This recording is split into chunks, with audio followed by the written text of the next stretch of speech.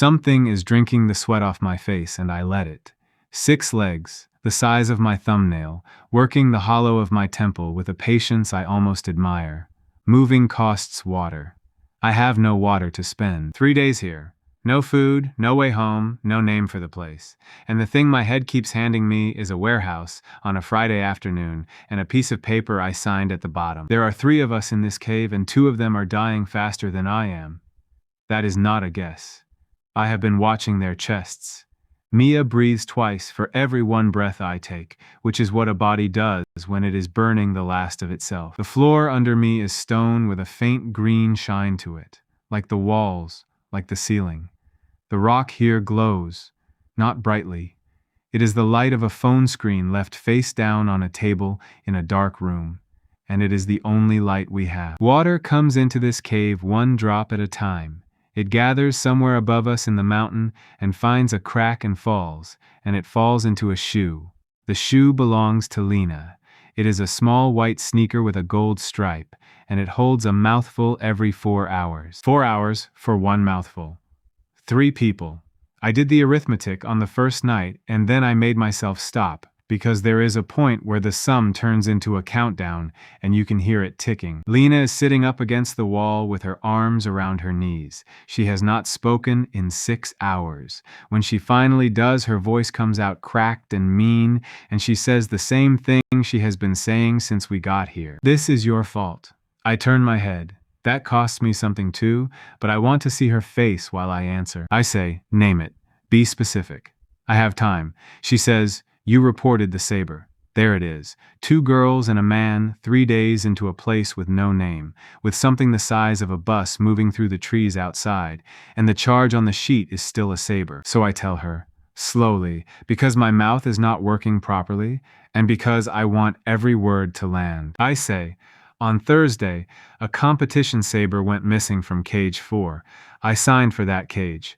The club valued it at $11,000 and took it out of my final pay in 1 piece. I say, my final pay was $14,000. They handed me $3,000 and a piece of paper and told me to clear my locker by Friday. I say, I stayed late on Friday to sign the equipment back in. That is why I was on the loading dock. That is why I was standing where I was standing. Lena does not answer. Mia makes a small sound from the floor, not words, and her hand moves toward the shoe. I say, and the saber was not stolen. It was in the wrong rack because somebody put it back in a hurry and did not scan it. I found it Friday afternoon. I told them. They said the paperwork was closed. That still sits in my chest like a swallowed stone. The saber came back and my money did not. Her name is Lena Vance. Mine is at the bottom of that deduction. Kai Marrow, 26, night shift, site 419. And until Friday, all we had in common was a corridor. Lena turns her face to the wall. She is 21 years old and she has been the best saber in the country 3 seasons running. Her and her sister, first and second, second and first, depending on the day.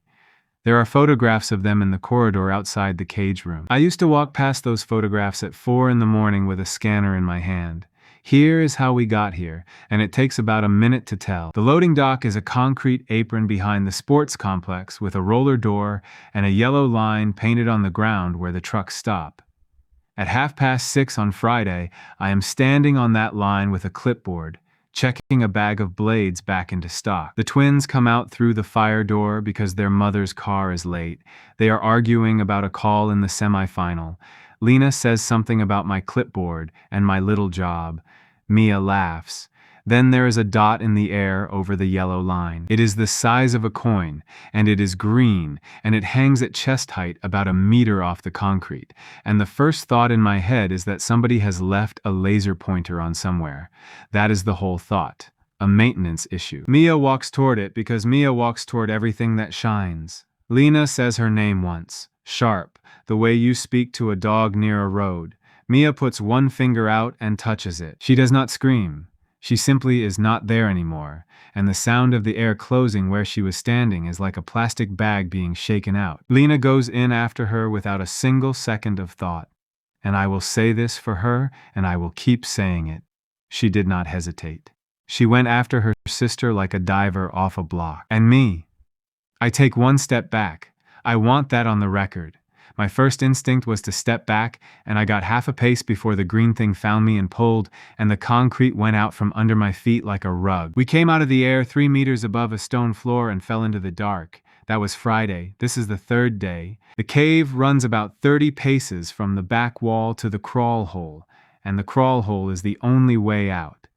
It is half a meter across at its widest, and it takes a man on his belly with his arms in front of him. We have blocked it with rocks. We blocked it on the first night after I looked through it and saw what is outside. Outside is a forest, and calling it a forest is like calling the ocean a puddle. The trees go up 60 meters before the first branch. The vines hanging off them are as thick as my waist. The ground is a knee-deep mattress of dead leaves, and each leaf is the size of a door. There are things moving in there. On the first evening, a shape crossed the open rock in front of the hole, and I counted 6 legs on it, and I stopped counting after that because I did not want the number. It was bigger than a car. Behind us, the cave goes down. There is a tunnel at the back that slopes into the mountain, and out of that tunnel comes a smell like wet coins and ammonia, and once a night there is a sound of leather being shaken. Bats. Something like bats. I have not gone in, and I will not go in. So we sit in a stone room between a jungle and a bat tunnel, and we drink out of a shoe. There is one more thing in this cave, and it is the reason I have not lain down and quit. In the middle of the floor there is a hole in the air. It is about the height of a door and about half as wide, and it stands upright without touching anything. It is red. It has the look of a bruise, dark at the edges and brighter in the middle, and it pulses. It pulses once about every minute. I have been timing it against my own heartbeat, and my heart is not reliable anymore, but the interval is regular. On the first day the red was almost black. Today the red is the red of the inside of a lip. Whatever it is filling. I do not tell the girls that. I am not sure why. Maybe because I want to be sure of it before I hand them something to hold on to. Here is the other thing I have noticed, and I notice it because noticing is the only work available. Every day, at what I am calling late afternoon, the forest goes quiet. Not quieter. Quiet. The birds that scream all day stop screaming. The insect noise that runs under everything like a fridge stops. It lasts maybe 20 minutes, and then the noise comes back all at once, as if somebody has switched it on. The first time I thought it was my ears. The second time I put my palm against the rock and felt nothing and heard nothing and knew it was real. The third time I marked the wall with a stone. 3 marks now. 3 days, 3 silences, and each one at the same point in the light. Something in this place runs on a schedule.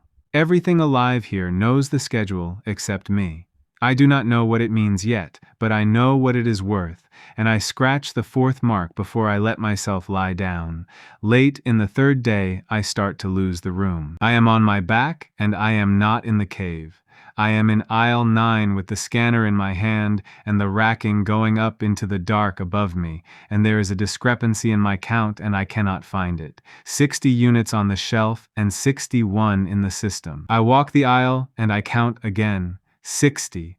I count a 3rd time, and the shelf has 2 soft white items on it that should not be in stock, and they have not been scanned in, and I reach out to pull them down and check the labels. They are the girls. Lena's voice comes through the wall of it.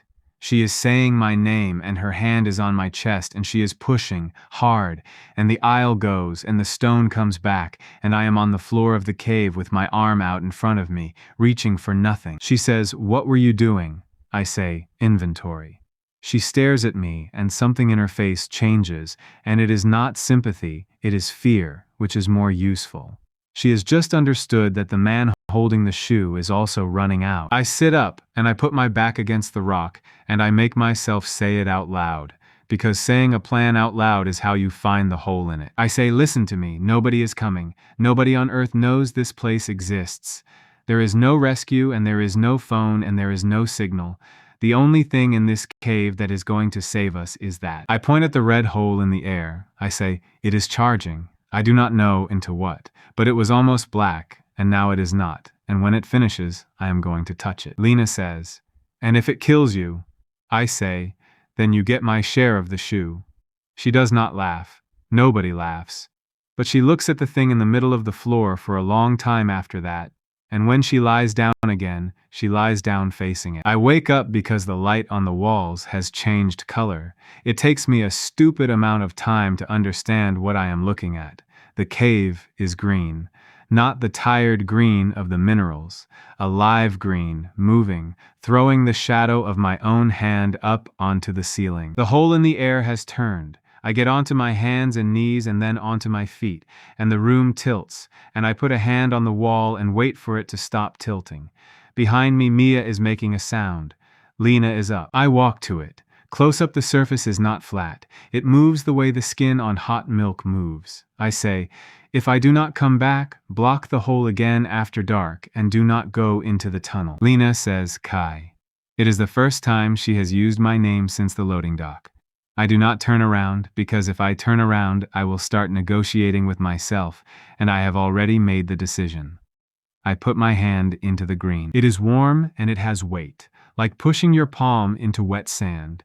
My fingers go in past the knuckles, and then they are not there.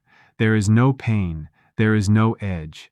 My hand simply stops existing at the line where the green begins, and then my wrist does, and then my forearm. Behind me, somebody screams my name. Then the green comes up over my face and the sound of the cave shuts off like a door closing. There is a place between. It is white, and it has no floor and no direction and no air, and I am not breathing, and it does not matter, and I understand very calmly that I will not be here long enough for it to matter. Then something writes on the inside of my head. I want to be clear about how this feels, because I am going to be living with it.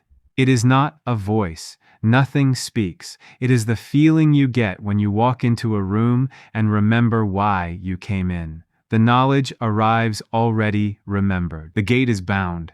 It is bound to me, to my body, to the thing I am, and not to the cave and not to the two of them. I get 3 minutes on the other side, 180 seconds, and the count runs whether I am moving or standing still. When the count ends, I come back.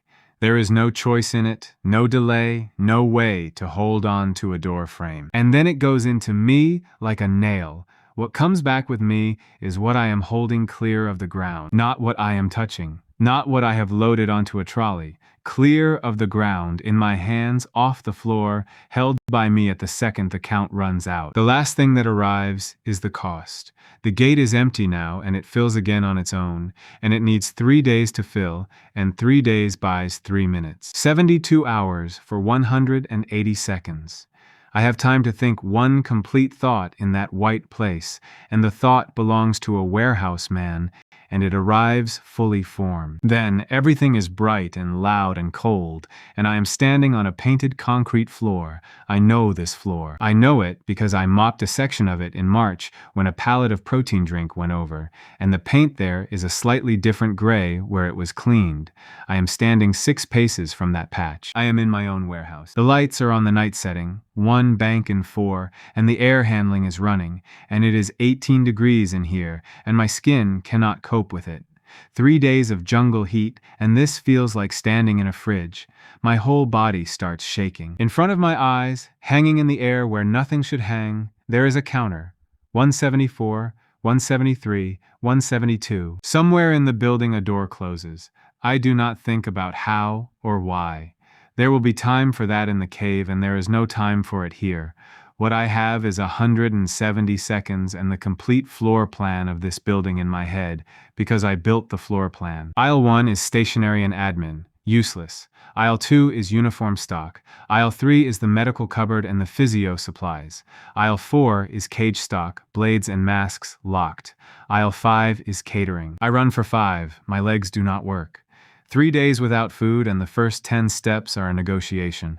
I go down on one knee at the end of aisle 3, get up, keep going. Catering is a wire cage with a chain on it, and the chain has a padlock, and the padlock is the kind you can open with a good look at it, and I do not have a good look at it.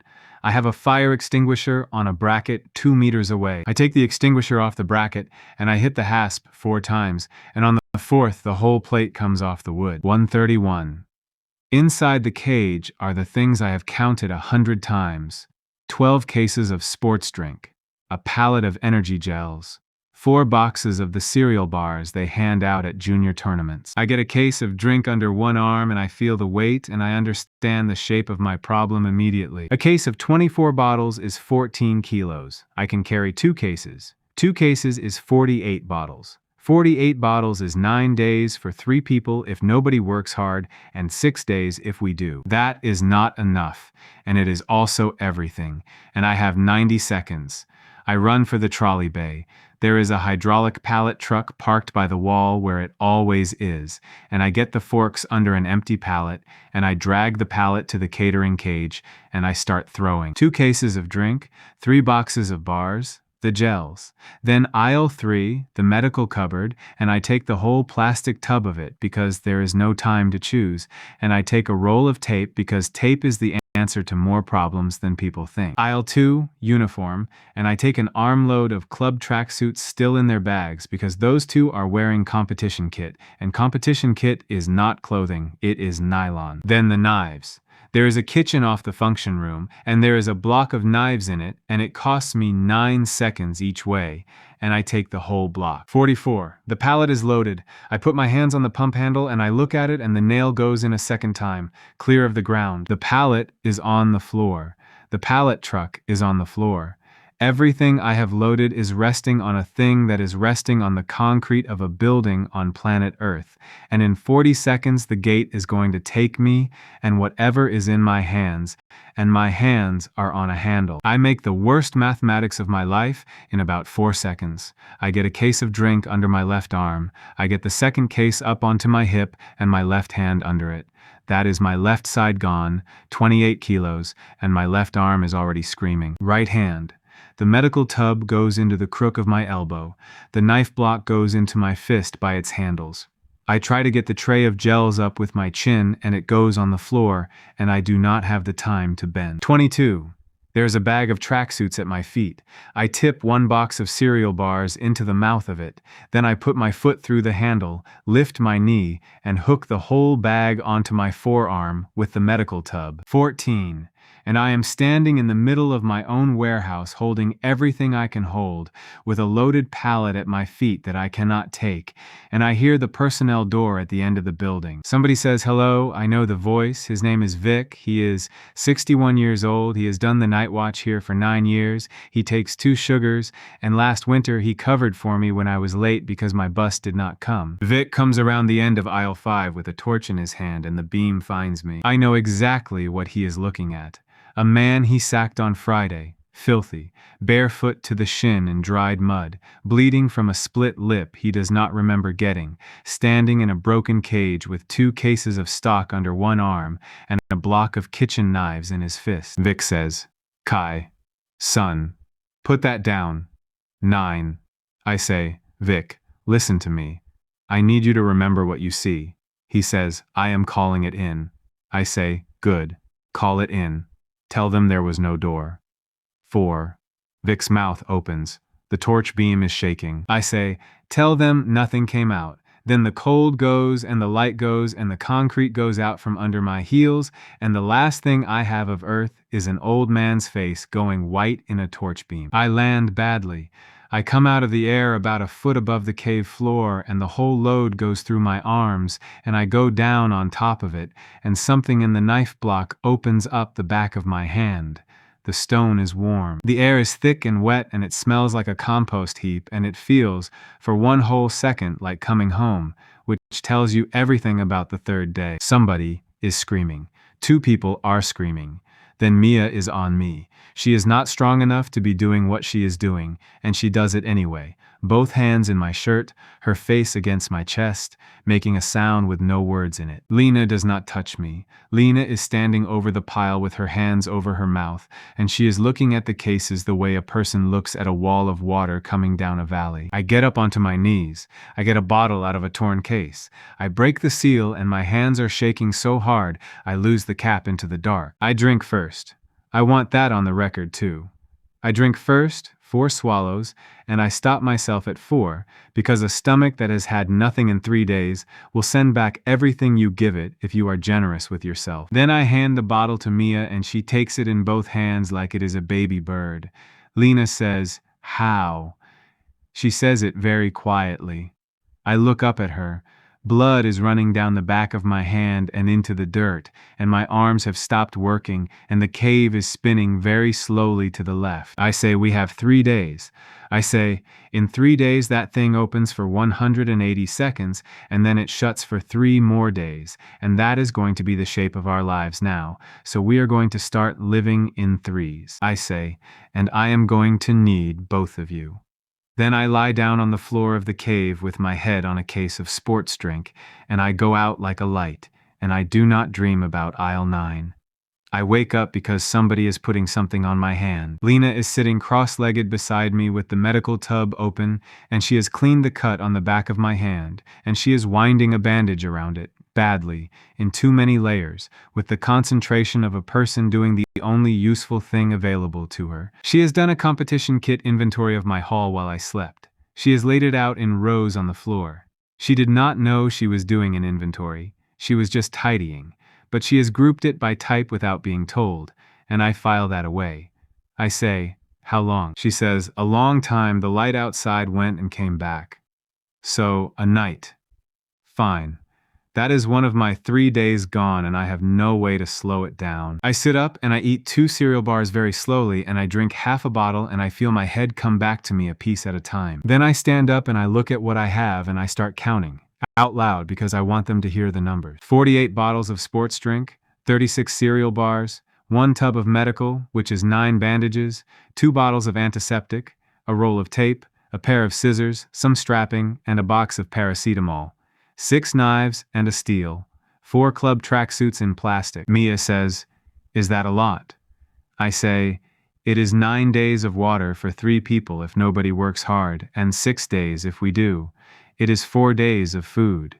That is thin, and it is also the difference between dying this week and not. Lena says, what happens on the 4th day? I say, we do not get to the 4th day. In 3 days I go back and I bring more. Then I say the sentence I have been putting together in my head since I woke up, because I know exactly how it is going to land, and I want it to land properly. I say, from now on there is one rule in this cave. Work is food. Lena's head comes up. I say, I do the gate, and I do the outside, and I do anything with teeth in it. You two do everything else. Water, sorting, the wall, the fire when we have one, the floor. Nobody eats who did not work today, and that includes me. Lena says, you cannot be serious. I say, I have 180 seconds every 3 days. Every second I spend on something one of you could have done is a second I did not spend on food. I am not being cruel to you. I am being expensive with me. Mia puts her hand up. Actually puts her hand up, like a classroom, sitting on a stone floor on another planet with dirt in her hair. She says, what do I do first? And this is the moment I learn the thing about these two that is going to run the rest of everything. Mia will do anything you ask her to do inside about 4 seconds, and she will do it wrong, and she will do it again, and she will not stop being cheerful about it. Lena would rather be right on the floor of a cave than wrong with a full stomach. I give Mia the water. I tell her the drip in the ceiling is now a system, and she is in charge of the system, and I want the shoe gone and a bottle cut open and set under the drip, and I want the collected water in one place and the empties in another. She goes at it like it is a final. Then I turn to Lena. She is already standing with her arms folded and her chin up, and I can see the shape of what she is about to say. She is about to tell me who her mother is. So I get there first. I say, the wall. She says, what? I say, that pile of rocks in the crawl hole, it is a pile. It has gaps you could put a hand through. Something with a snout came and had a smell at it on the 2nd night, and you slept through it because you were unconscious. I say, I want it rebuilt with the small stones on the outside and the big ones bedded, and I want one gap at the top the size of a fist so we can see out and the air can move. She says, with what tools? I say, with your hands. And there it is, the face. She is 21 years old, and she has come first at everything, and all of it comes up in her face at once. She says, do you know what these hands are? I say yes. They are the second best pair of hands in the country with a saber in them, and there is no saber here, and there is a wall. She stands there for a long moment. I turn away, and I start sorting the food, and I make a point of not watching her, because a person deciding to climb down needs to do it without an audience. Behind me, I hear a rock move, then another one. She works for 2 hours. I know because I count the drips. She does not speak, and she does not stop, and when she comes back, her palms are gray with dust and split across the pads, and there is blood in the dust. She stands in front of me, and she does not ask. I cut open a bottle of sports drink and I hand it to her, and I take 2 cereal bars and I put them in her hand on top of it, which is more than I gave Mia, and I do not say anything about that either. Lena looks at the bars. Then she sits down on the floor with her back against the wall, and she starts to eat, and about halfway through the first bar, she stops chewing, and her eyes go, and she puts the back of her wrist against her mouth. She is not crying about the wall. I do not ask what it is about. I have a guess, and my guess is that nobody has ever put food in her hand that she had to go and get first. She finishes both bars, and she wipes her face with her forearm, and she says, in a completely normal voice, the gap at the top is a hand's width, not a fist. A fist is too big. I say, you are right. She says, I know. Outside, in the middle of the afternoon, everything stops making noise at the same time, and I put the 5th mark on the wall. That night, I start writing on the wall properly, because 5 scratches on a rock are a superstition, and what I need is a ledger. I pick the flattest section of rock near the sleeping corner, and I use the point of a knife. Down the left side, I put the days. Across the top, I put 4 columns, and I explain the columns out loud so that the other 2 can use them if I am not able to. Column 1 is water in, column 2 is food out, column 3 is the gate, column 4 is what I have called the quiet, which is the 20 minutes every afternoon when the forest stops. Mia asks why the quiet gets a whole column when nothing happens in it.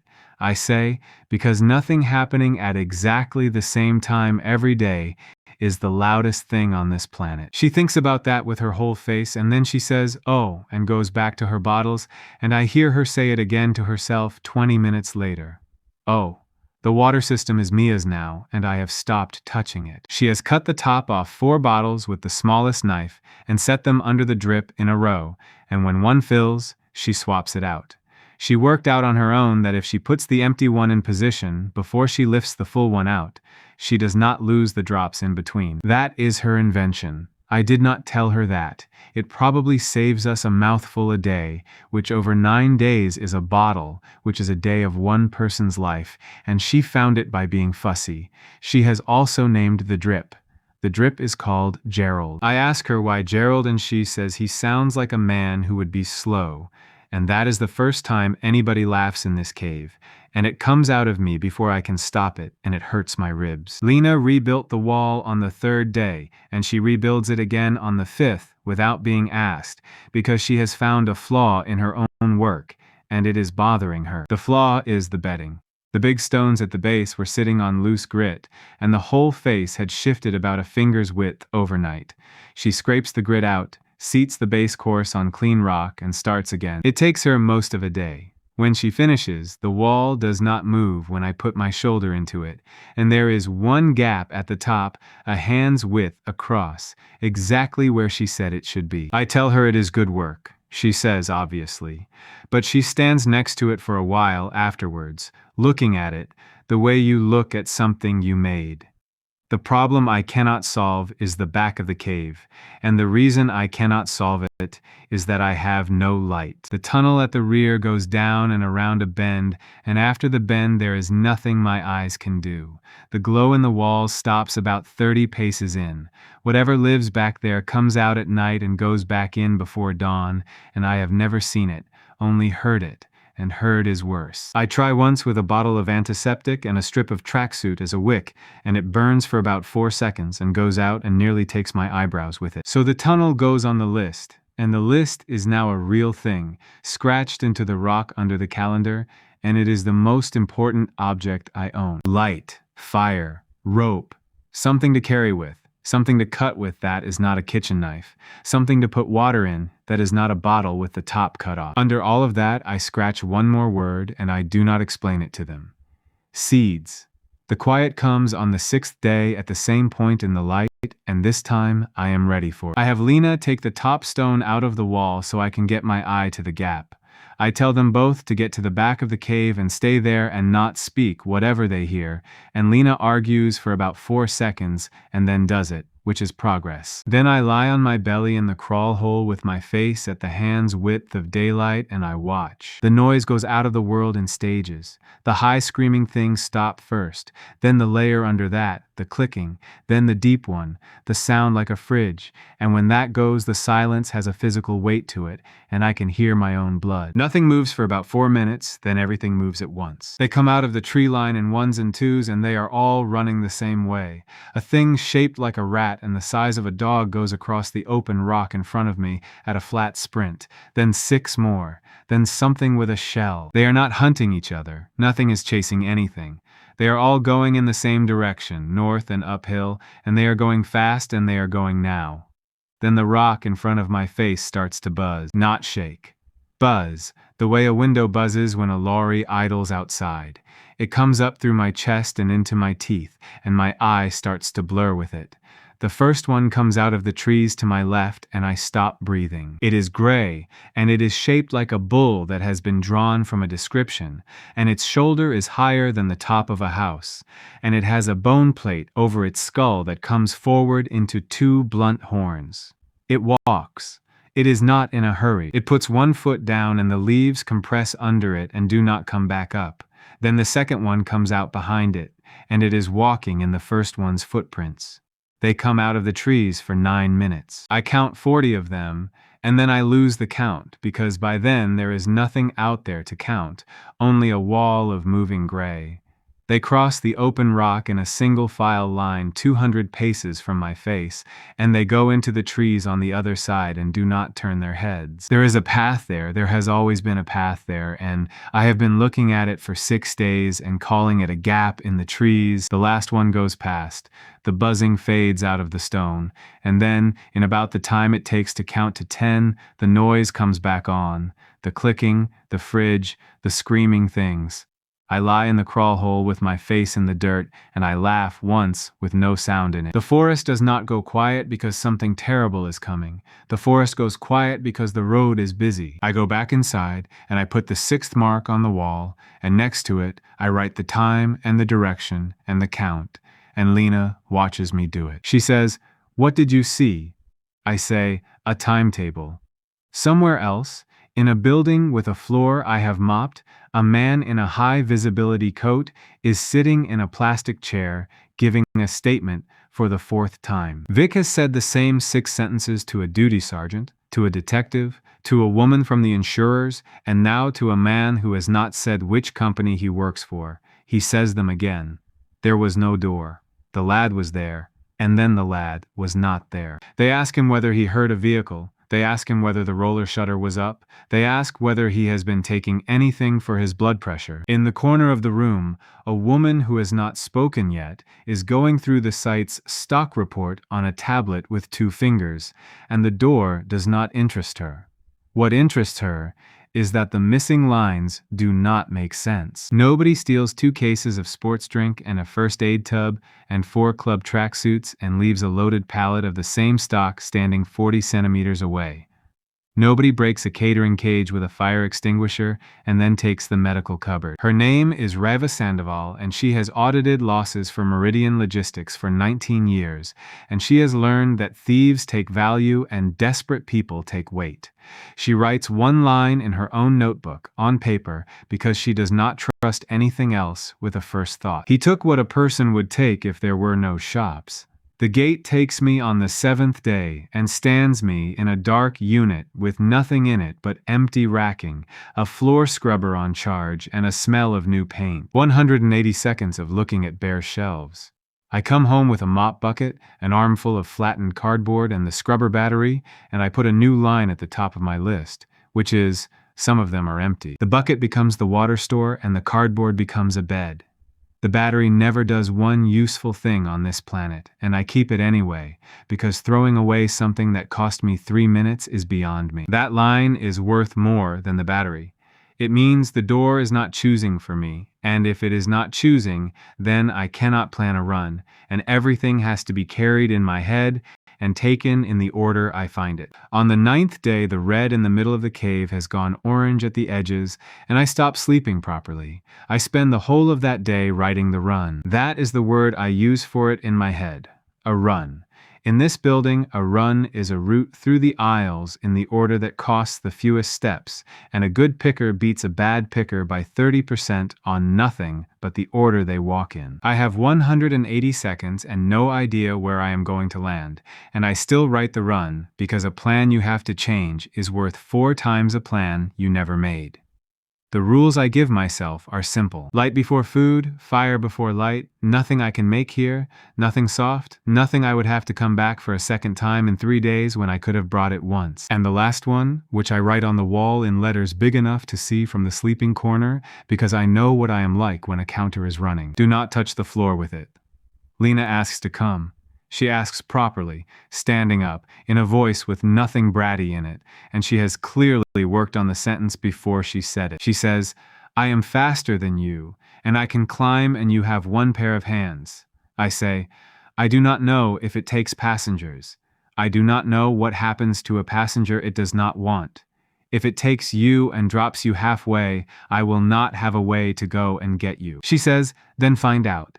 And she is right, and I know she is right, and I say no anyway, because the gate has already told me what it takes, and it did not say a word about people, and I have exactly 1 experiment I can run every 3 days. She takes it better than I expect. She says, "Then the one after this." I say, "The one after this."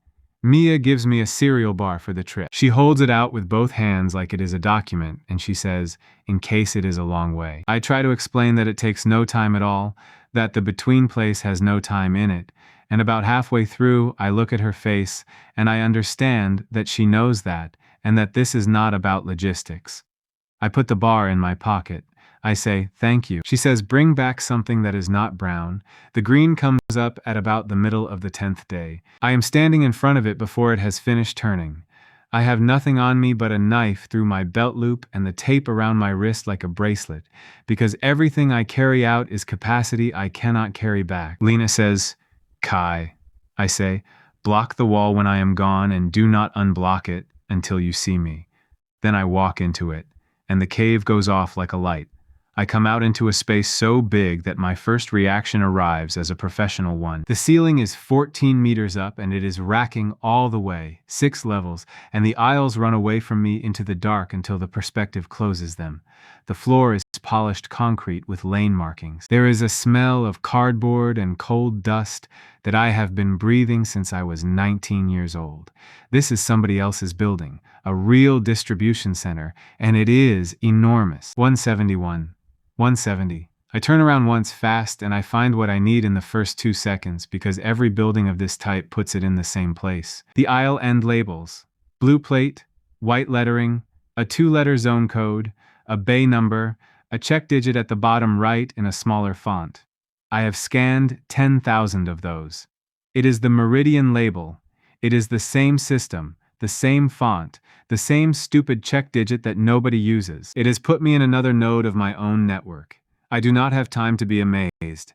I file it and I run. Goods in Bay is always on the same side as the offices, and the offices are always where the lights are, and there is a glow 4 aisles over, so I go the other way, and I go looking for the site stores. Every warehouse has a cupboard where the things that are not stock live, gloves, tape guns, batteries, the stuff you cannot sell and cannot work without. I find it behind the charging bay, a green metal cabinet with a hasp and no lock on it, and I open it and there they are. Head torches. 6 of them hanging on a bar, the rubber strap kind the yardmen use in winter. I take all 6 and I put 2 of them on my own head because my hands are about to be the whole story, and I feel the counter tick in front of my eye, and I do not look at it. Next to the torches, batteries, a whole box. I take the box.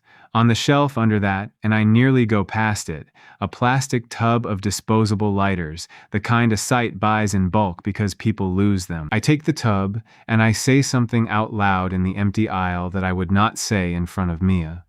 Then I hear the music. It is coming from 3 aisles over, and it is somebody's headphones turned up too loud, the tinny leaking sound of a man who has been picking orders for 5 hours and has stopped caring.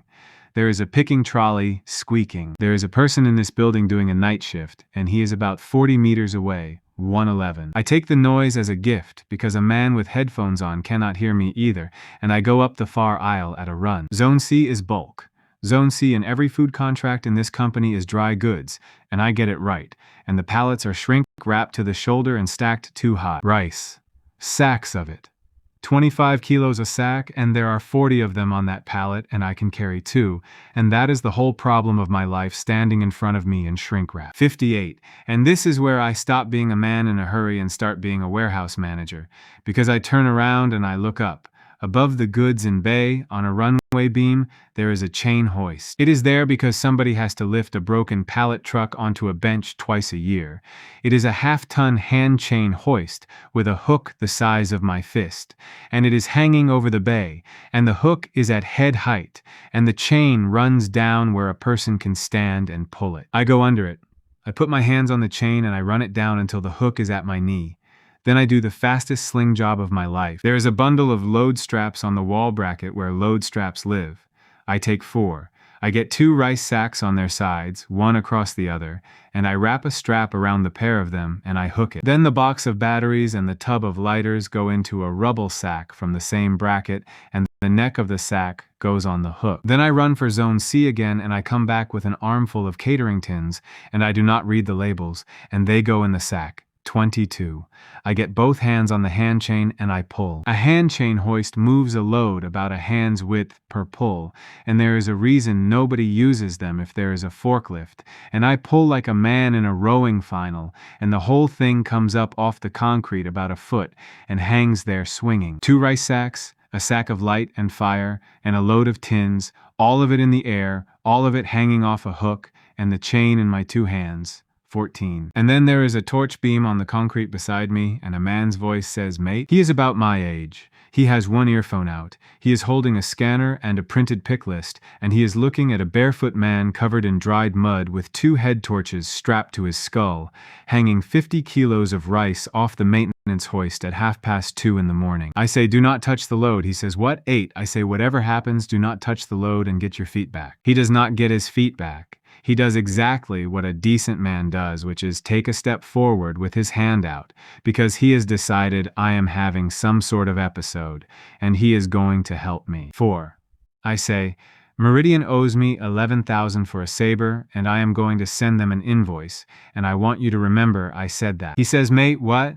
And the cold goes. I come out over the cave floor with 80 kilos of hanging load and no hoist to hold it, and the whole thing lands on the stone with a noise like a wall falling over, and I land on top of it. The chain comes down last, all of it, 4 meters of hoist chain that was never bolted to anything on this side, and it lands on my back and knocks the air out of me. I lie there. I cannot breathe.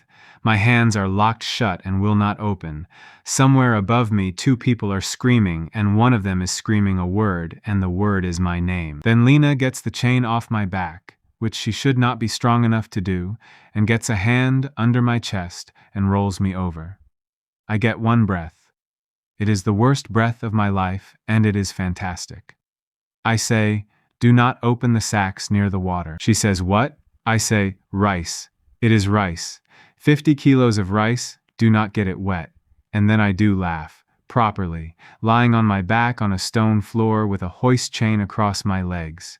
Mia is holding a tub of disposable lighters up to the light like a woman finding treasure in a wreck. Lena has a head torch in her hand and she has turned it on, and for the first time in 9 days the cave has a shadow with an edge on it.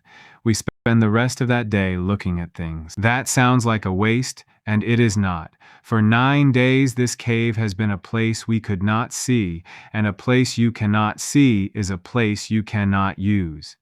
Mia walks the walls with a torch on her head and calls out everything she finds, like a woman reading out a shopping list. There is a shelf of rock above the sleeping corner that we did not know was there.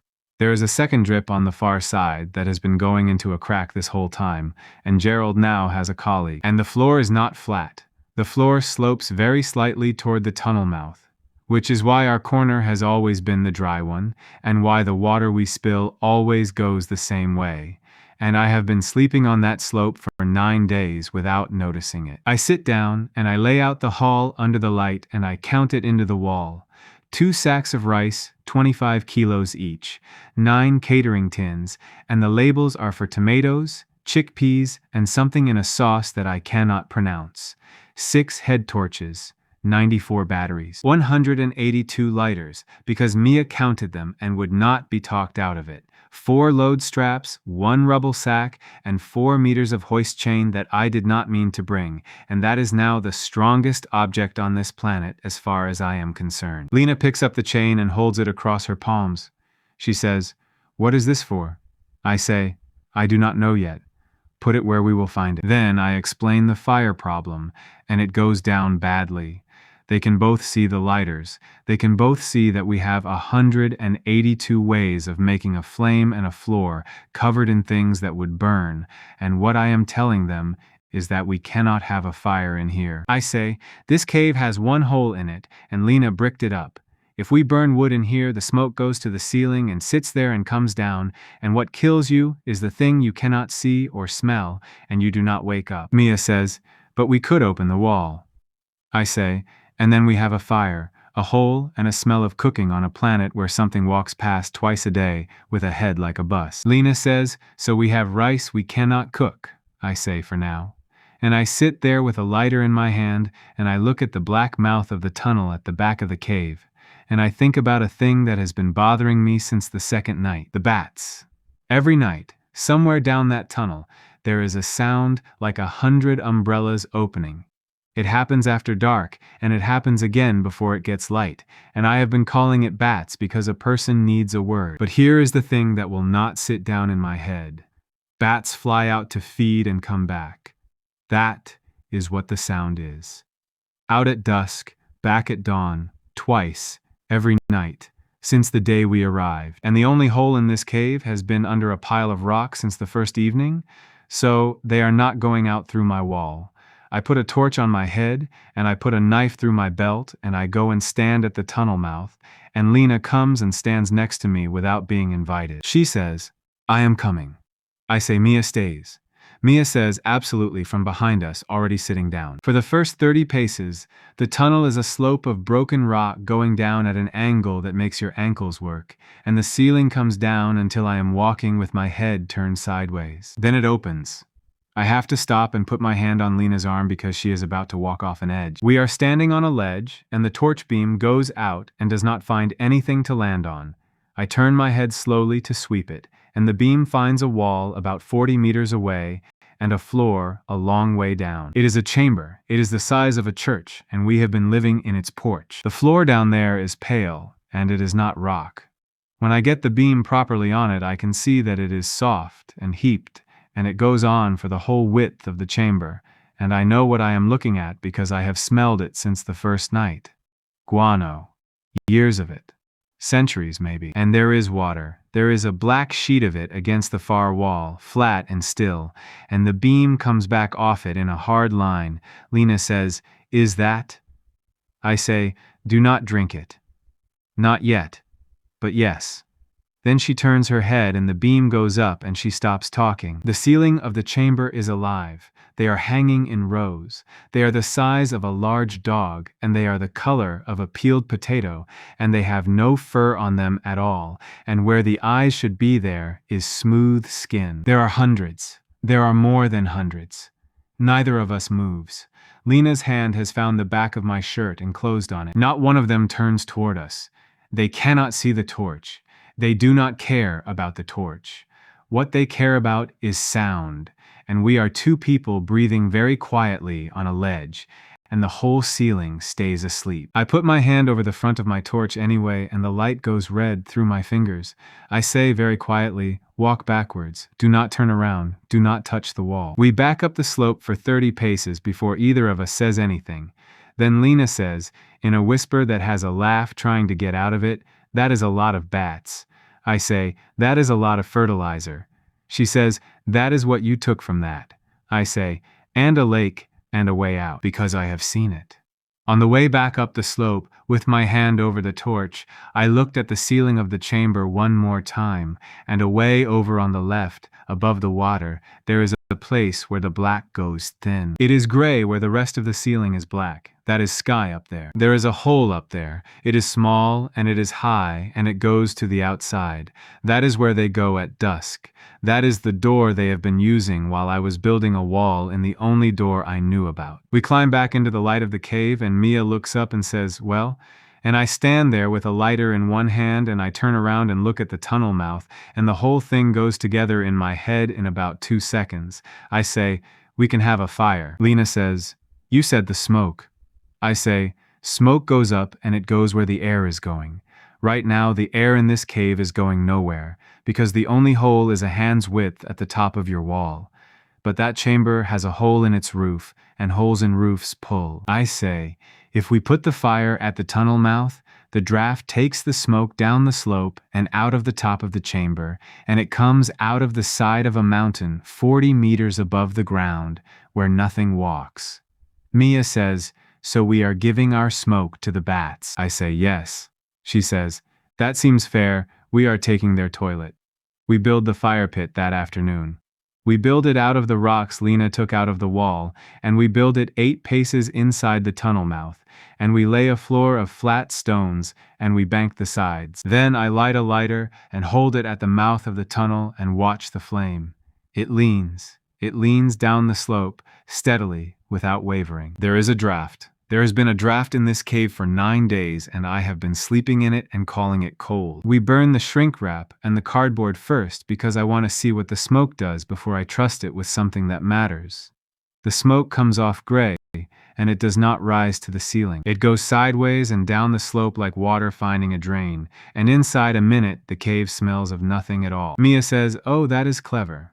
Lena says nothing, but she goes and gets more cardboard without being asked, and that is the same sentence in a different language. Cooking rice with no pot is a problem I solve badly. We have 9 catering tins and no pot, and the only container that will take heat is a tin, and a tin has food in it, and the food in it is the food we need. So I open the tin of chickpeas with a knife, badly, and cut my thumb, and we tip the chickpeas onto a clean tracksuit bag, and I burn the tin out empty on the fire, and now I have a pot that holds about 2 liters and has an edge on it like a razor. The first thing that goes in the pot is lake water. I take it down the slope and fill it out of the black sheet against the far wall of the chamber, under a ceiling I make a point of not looking at, and I carry it back up and set it on the fire. I hold it rolling for a long count.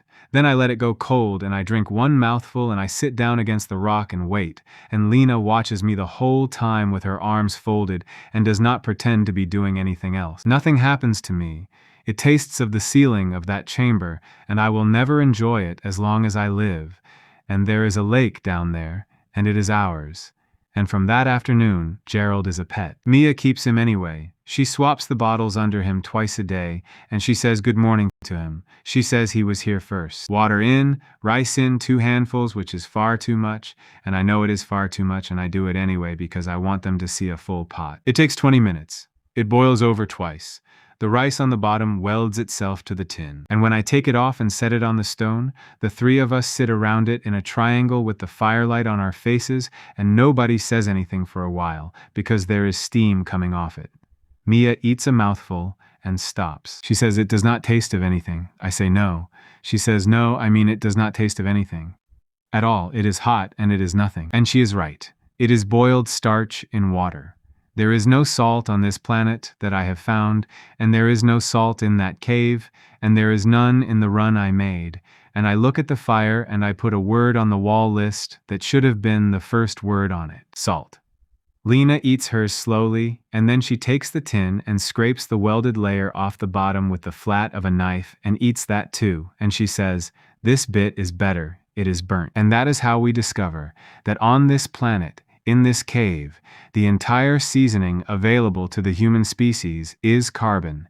We eat burnt rice for 3 days, and we are grateful for it, and I put a second word under salt on the wall, and the second word is oil. On the 11th day, I start timing them. I take them out through the crawl hole for the first time, both of them, in the quiet, and I have one rule, and I make them say it back to me. We are out when the noise stops, and we are in before it comes back. That is 9 minutes of walking traffic, and about 4 minutes at each end when the small things run. And outside that window, the open rock in front of this cave belongs to whatever wants it. The first time out, Lena beats me to the tree line, and she does not even make it look like a contest. She goes over that broken ground like it is a piste, and she is at the first trunk with her hand on it before I have got my second foot out of the hole, and when she turns around, her face has something on it that I have not seen since the loading dock. She has remembered that she is fast. Mia gets there 20 seconds later and falls over twice on the way and is delighted about all of it. We take leaves. That is the entire mission, and I chose it because it is boring and because I want to find out what they do when it is boring. The leaves here are the size of a door, and they are thick and fibrous, and they do not tear when you pull on them, and I want 40 of them for bedding and for a roof over the fire pit. Lena takes 22 on the first trip. I take 15. Mia takes 6 and drops 2 of them and goes back for them, which nearly costs us the window, and I have to physically put a hand on her collar and walk her in. Inside, with the stone back in the wall, the 3 of us lie on the floor and breathe. Then Lena says, "We could have taken twice that." I say no. She says, "We had 4 minutes left, I was counting." I say, "You were counting the wrong thing. You were counting how long you can be out. I am counting how long you can be out while carrying something in a body that has eaten boiled rice for 3 days on a day when nothing goes wrong." I say, "Everything I plan has to survive one thing going wrong." She does not like it. But that evening she asks me how many leaves I want tomorrow, and she asks it in the tone of a person who has decided to win the argument by being better at the job. The thing at the wall comes on the 12th night. We are asleep. The fire is banked. I come awake the way you come awake in a place like this, all at once and with my hand already on the knife, and I lie still and listen. There is something on the other side of Lena's wall, and it is smelling the gap. I can hear the air going in and out. It is close. It is the sound a dog makes at the bottom of a door, if the dog were the size of a wardrobe. Then the stone at the top of the wall moves, only a little, a grinding, a shifting, the sound of a thing testing whether a hole can be made bigger, and I am up and moving before I have decided anything. And Lena gets there first. She is standing between me and the wall with the biggest kitchen knife held out at shoulder height, blade up, elbow in, weight on the back foot, the wrist relaxed, and it is beautiful. It is genuinely beautiful. It is 12 years of training and 3 national titles standing in a cave in a torn tracksuit. And it is completely useless, and I can see the exact second she understands that, because the thing outside pushes again and the whole top course of the wall shifts, and a point will not touch what is coming through that hole. I say, "Get back." She does not move. She says, "I can hit it." I say, "You can hit it." That is not the same as it stopping. Then I do the only thing I have, which is not clever, and I want to be honest about that. I take a lighter and a fistful of dry leaf, and I light it, and I throw it burning at the gap. The thing on the other side goes away fast. It goes away so fast that we hear it hit something in the dark and swear about it in whatever way it swears. We stand in the smoke with our hearts going. Lena lowers the knife. She looks at it in her hand for a long moment, and then she looks at the wall, and then she puts the knife down on the stone very carefully, the way you put something down when you do not trust your grip. She says, "I have been the best in the country at this since I was 17. I say, "I know." She says, "And it is worth nothing here." And I could say something kind. I have the sentence available. I do not use it, because she is not a person you can lie to twice. I say, "It is worth nothing against that. Sit down. I want to tell you what it is worth against." Somewhere else, a woman is standing in front of a wall map with 2 pins in it. Riva Sandoval has been given the second incident because she asked for it, and she asked for it because the site manager at the second building used a phrase in his report that she has now read out loud to 3 people. He wrote, "The subject was suspended from the maintenance hoist." She has the statement from the picker. He is 19. He says the man was barefoot and had 2 head torches on his head, and that he was hanging rice off the hoist chain, and that he said something about being owed money for a saber. She has the stock variants from both sites. She has the times. The first event was at 2 minutes past 3 in the morning. The second was at 2 minutes past 3 in the morning, 3 days later, to the minute. Riva does not believe in ghosts, and she has no theory about doors. What she has is a shape, and the shape is the most familiar thing in her working life. It is a scheduled collection. She takes a red marker and she writes a date on the wall 3 days out. Then she picks up a phone and asks how many meridian sites there are in the country, and when the answer comes back, she writes that on the wall too. 641. On the last night before the gate opens, Lena asks again. She does not stand up this time. She is sitting on the other side of the fire with her arms around her knees and the light on one side of her face, and she says it into the flames. She says, "Take me." I say, "Tell me why, and do not tell me you are fast." She thinks about it for a long time, long enough that Mia falls asleep sitting up between us. Then she says, "Because you came back the second time on your back with a chain on you, and you could not open your hands, and if there had been one more thing wrong you would not have come back at all." She says, "And if you do not come back, we die in here, not in a week, in 3 days, when the water runs out, and the 2 of us cannot cross that ground, and neither of us knows what a hoist is." She says, "I am not asking for a treat. I am asking you to stop being a single point of failure." And I sit there and I look at a 21-year-old saber champion using words she has picked up off me over 12 days, and I understand that I have been out-argued by my own inventory system. I say, "All right." She says, "All right," I say. "Hold my arm, not my hand."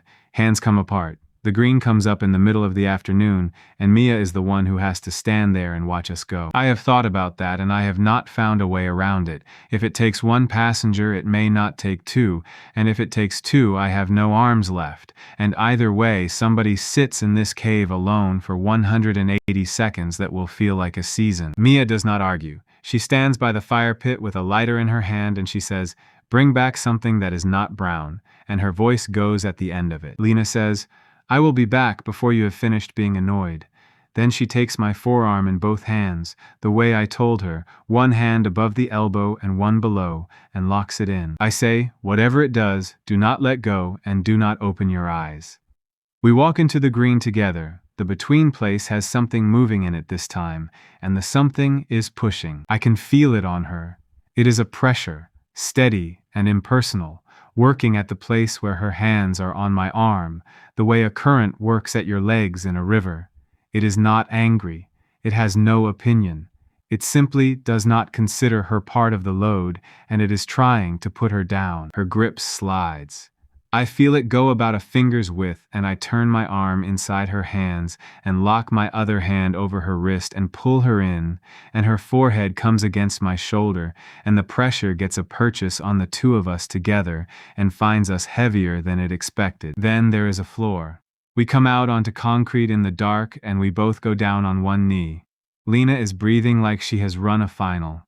Her hands are still locked on my arm, and I have to say her name twice before she opens them. 172. I get the torch on and I sweep it, and the first thing the beam finds is a stack of blue plastic drums, and the second thing it finds is a smell I have been dreaming about since the first night. Fertilizer, dust, diesel, straw. We are in a farm depot. It is small. It is one shed, maybe 40 meters end to end, with a roller shutter at one end and a trade counter at the other, and racking down both walls that is only 4 levels high. There is a wheelbarrow parked in the aisle with a split bag of grit in it, and on the end of the racking, at chest height, there is a blue plate with white lettering and a checked digit in the corner. Lena sees me look at it. She says, "What?" I say, "Same company. It is putting me in their buildings. Every time. Then I stop thinking about that because the counter is at 160, and I have a list on a wall on another planet, and I have made her learn it. I say, go left, top of the racking, anything in a paper sack with a picture of a plant on it. Do not read it. Take it. She goes. And this is where I find out what I have brought with me. There is no ladder on that side, and she does not look for one. She puts one foot on the second beam and one hand on the upright and goes up the racking like it is a wall bar. And she is on the top level in about 4 seconds, and she starts throwing sacks down into the aisle without being told to throw them. I have worked with pickers for 6 years. I have worked with men twice her size who would have gone and found the ladder and filled in a form about it. I go, right is animal feed and mineral supplement, and I am looking for one thing, and I find it on the bottom shelf in a row in white plastic wrap, and I actually say the word out loud. Salt. They are mineral licks for cattle. 20 kilos each, a block the size of a paving slab, and they are almost pure salt with the trace elements a cow needs, and they are the cheapest thing in this building. I take 2. 40 kilos of the thing that makes food into food. I tip the grit out of the barrow onto the floor and put both licks in it and run it up to the counter, because 40 kilos twice is a trip I have not got. Vegetable oil, catering size, in the corner where a place like this keeps the odds and ends for the farms it supplies, 5 liters in a plastic drum with a handle on it. I take 2 and I curse the handles because handles are hands. 119. Lena has 7 sacks in the aisle. She is on the floor now, going along them, and she is doing something I did not ask for. She is sorting them. She has put the ones with the same picture together, and she is reading the words on the corners, and she says, not shouting, just clear, 3 of these say winter, and the other 4 say grass. I say, leave the grass. Take the winter ones. She says, why? I say, because a thing that grows in a cold season grows fast and does not need long to finish, and I do not know what season it is here or if there is one. She does not answer. She takes the winter ones. Then I see the phone. It is on the trade counter. It is an actual telephone, the kind with a curly wire sitting next to a card machine and a bulldog clip full of paper. I do not say anything. She has already seen it. Lena stands in the middle of the aisle with a sack in her arms, and she looks at that phone, and I watch a whole life go across her face in about 2 seconds. 94. I say, go. She drops the sack. She is at the counter in 3 steps, and she has the handset up, and she is dialing. I go past her to the racking behind the counter, because I have no business standing there watching, and because boxes are always where the good things live. Rope. A coil of blue polypropylene, 30 meters, taking it. A box of galvanized wire, taking it. 2 axes, a bow saw, and a bundle of fencing stakes. Taking the saw and 1 axe and leaving the stakes because I can cut my own. Behind me the phone connects. I hear Lena say, Mum. Then I hear her say it again, differently, and there is a noise coming out of the earpiece loud enough for me to hear from 2 meters away, a woman's voice going up and up. Lena says, listen to me. Listen, we are alive, both of us. Mia is fine. The voice keeps going. Lena says, we are not in the country. We are not anywhere. Stop talking and listen because I have about 40 seconds. 61. And then my hands stop moving on the box of wire because of what she says next. She says, Mum, did you sign the deduction on Kai Mero? The voice stops. Lena says, the saber. 11,000 out of his final pay. Did you sign it? I stand there in a farm depot with a bow saw in my hand and a counter going down in front of my eye, and I do not turn around. I have just found out who signed it, and I have found out from her daughter, and I would rather nobody in this shed saw my face. Lena says, it was in rack 6. It was in the wrong rack. He found it and he told you and you closed the file anyway. The voice starts again, smaller. 40. I say, Lena. She says one more thing and then to the phone, we are alive because he is feeding us. Write that down. Write it down word for word. Then, she puts the handset on the counter without hanging up so that whatever is said in this building next goes down the line, and she comes and picks up 2 sacks and says, what else? I take the bulldog clip off the counter.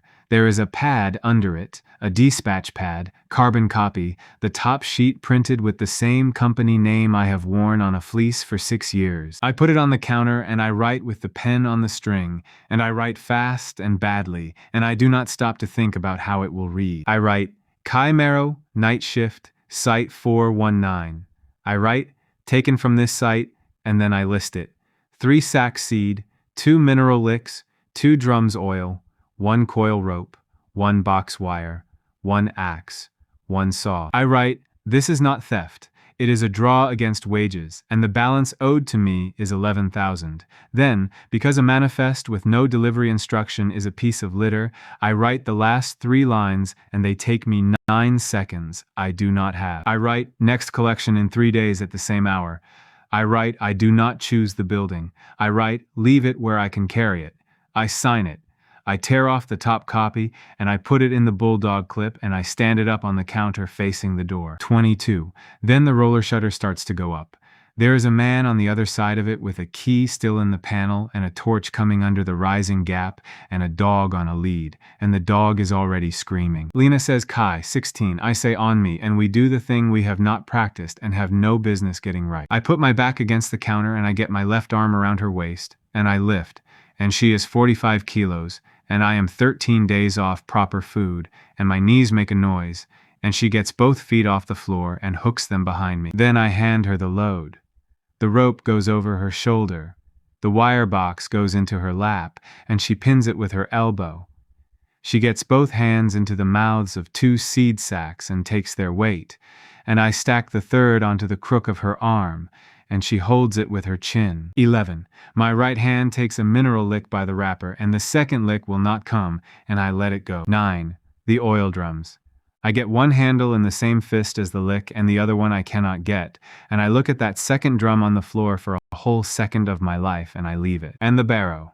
It is standing empty by the counter, and it would change our lives, and it needs a hand, and there is not one hand left on me that is free to give it. The saw goes through my belt.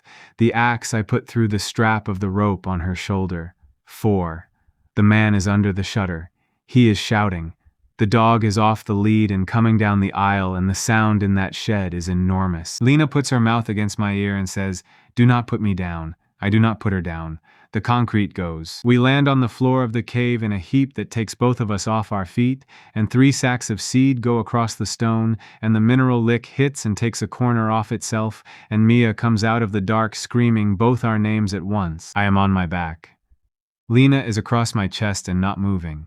For about 3 seconds, I think the between place took something out of her, and then she starts laughing. She laughs like a person who has been holding a laugh in for 13 days. She laughs until she has to roll off me and hold her own ribs. Mia stands over the 2 of us with a torch on her head and says, what is wrong with her? Lena says, I called Mum. And then Mia sits down on the stone floor very suddenly the way a puppet sits down and says, oh, that night we have salt. I chip a corner off the mineral lick with the back of the axe and grind it between 2 stones, and it comes out gray and gritty and full of things a cow needs and a human can survive, and I put a pinch of it into the rice. Nobody says anything for a while. Then Mia puts her tin down and puts both hands over her face and cries into them, properly, for the first time since the loading dock, over a pinch of salt in boiled rice, and neither of us tells her to stop. Lena eats hers slowly and looks at the fire. She says, my mother signed that deduction. I say, yes, she says, and you knew that on the loading dock. I say, I knew it on the Thursday. She says, and you never said. I say, what was I going to say? Your daughter's mother stole 3 weeks of my money. Please pass the clipboard. She is quiet for a bit. Then she says, when we get back, I am going to be very difficult to live with. I say, that will not be a change. And she throws a piece of burnt rice at me, and it hits me in the eye, and that is the first night in this cave that ends with all 3 of us laughing. Before I lie down, I do the count.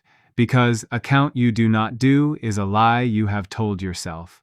3 sacks of seed, 1 mineral lick, 1 drum of oil, 1 coil of rope, 1 box of wire, 1 axe, 1 saw. And the copy standing on that counter says 2 licks and 2 drums because I wrote it before the shutter went up and I lost 1 of each in the last 9 seconds. There is a wrong line in my book. I scratch it on the wall to be corrected on the next run, and it keeps me awake. And Lena says out of the dark, go to sleep, it is a tin of oil. I say, that is the first thing I have ever written down that was not true, and I would like it to be the last. Somewhere else, a woman is standing at a trade counter in a farm depot at 3:10 in the morning, holding a carbon copy in a bulldog clip. Reva Sandoval reads it 4 times. The dog is still barking outside. The site manager is sitting on an upturned crate with his head in his hands, telling a police officer about a girl who was in the air. She has stopped listening to him. She is reading a stock list. It is written in the correct order. It is written the way a trained man writes a manifest, quantity first, description second, and it is signed with a name and a staff site number, and the site number is real, and she has already checked it. At the bottom, there are 3 lines that make the back of her neck go cold, and it is not the theft that does it. Next collection in 3 days at the same hour. I do not choose the building. Leave it where I can carry it. Riva has spent 19 years reading the difference between a thief and a debtor. A thief takes and goes quiet. This man has just opened an account. She puts the copy in an evidence sleeve. Then she takes out her own notebook and writes the only question that matters to her now. He says he cannot choose the building. Who does? 3 sacks of seed and nowhere to put them. That is the shape of the next 4 days, and it is the first problem on this planet that I cannot solve by carrying something. A seed needs 3 things, and I have none of them arranged. It needs soil, and the rock in front of this cave is bare stone with a skin of dead leaf on it. It needs light, and the only place I can defend is a cave. It needs water, and my water arrives 1 drop at a time and has a name. So I go and stand on the apron in the quiet with my hands on my hips like a man looking at a plot, and I work it backwards. Light I cannot make. Therefore the beds go outside. Therefore they are exposed. Therefore they must be somewhere that nothing walks, which means not on the road, and the road I know. Water I can move. Rain falls here in the early night, hard, for about a quarter of an hour, and the apron sheds it in one direction, and I have watched it do that 14 times and called it weather instead of information. Soil I have to build. I have 40 tons of it in a chamber full of blind animals, and I have been calling it a toilet. We start moving guano on the 15th day, and it is the worst work any of us has ever done. You go down the slope with a rubble sack and a torch on your head, and you fill the sack in the dark under a ceiling that will wake up if you drop something, and the stuff is dry on top and wet underneath, and the smell gets into your hair and stays there for a week. Mia gags the first 4 times, and does it anyway.